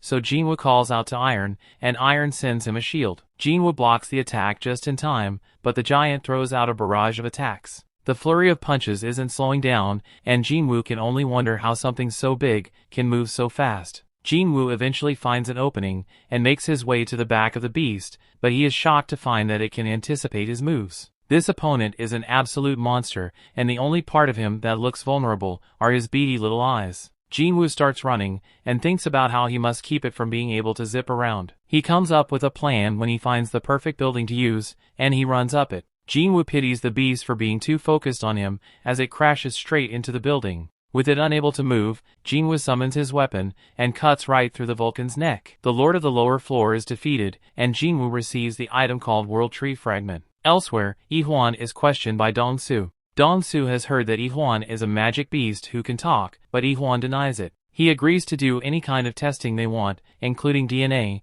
but Dong-Su doesn't want him to speak unless he asks him a question. Dong-soo is actually annoyed after having his fun ruined, and he has a look at Ip-1's paperwork. Ip-1 would like to ask him something, but Dong-soo tells him to quiet down. Ip-1 asks anyway, and wonders how much humanity has learned about gates and magic beasts. Dong-soo has no clue what he means, so Ip-1 explains that the dungeons, the gates, and the beasts are all just the tip of the iceberg. He warns that the power capable of bringing forth the ultimate catastrophe has awakened. Ip-1 can't see anymore, but reveals that his goal is to avert this catastrophe. Dong-soo has had enough of this nonsense, and reminds Ip-1 that there are millions of hunters around the world. If enough of them gather their power, they can stop any threat. Unfortunately, Ip-1 reveals, the numbers will not help against the threat he speaks of. They will be devoured and used against them. Dong-soo is done listening, and is more confused by how a magic beast somehow managed to have a wife and 2 kids. Dong-soo wonders what his son's name is, and Ip-1 reveals that his name is Jin-Woo.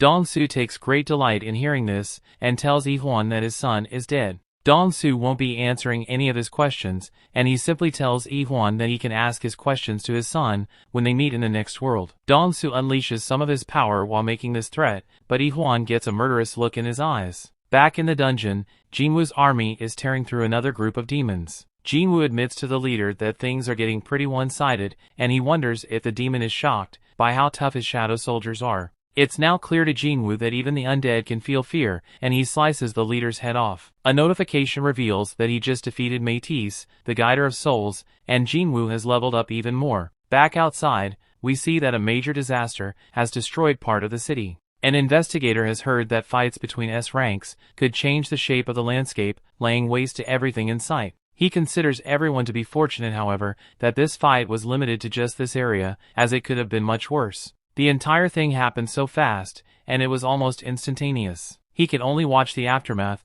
as Dong-soo was completely defeated, faster than the damage could even spread. Back in the dungeon, Jin-Woo has run out of food, which means that this is as far as he can go for now. He has gotten to floor 75, and there's most likely only 25 left. That's still a pretty long way to go, but the gains were worth it. He received a necklace from the skeleton he just defeated, and an earring from the beast on level 50. Alone they are very useful, but they also give a set bonus, which adds 5 points to all stats. There is one empty space in the set, which tells him that there's one more boss level beast to go. He also receives something called the Sphere of Avarice. It doesn't do anything for him, but it doesn't have to be him who uses it. In the hands of magic soldiers, it'll double their firepower. Finally, his latest reward was the ability to choose the cursed random loot box. Jin-Woo was worried that he would never get another chance at the box, but he's glad to receive a second key from it. Unfortunately, it doesn't come with any details, so he has no clue when or where to use it. That isn't important, however, as he reminds himself about the ingredients he is after. He got the World Tree Fragment from Vulcan,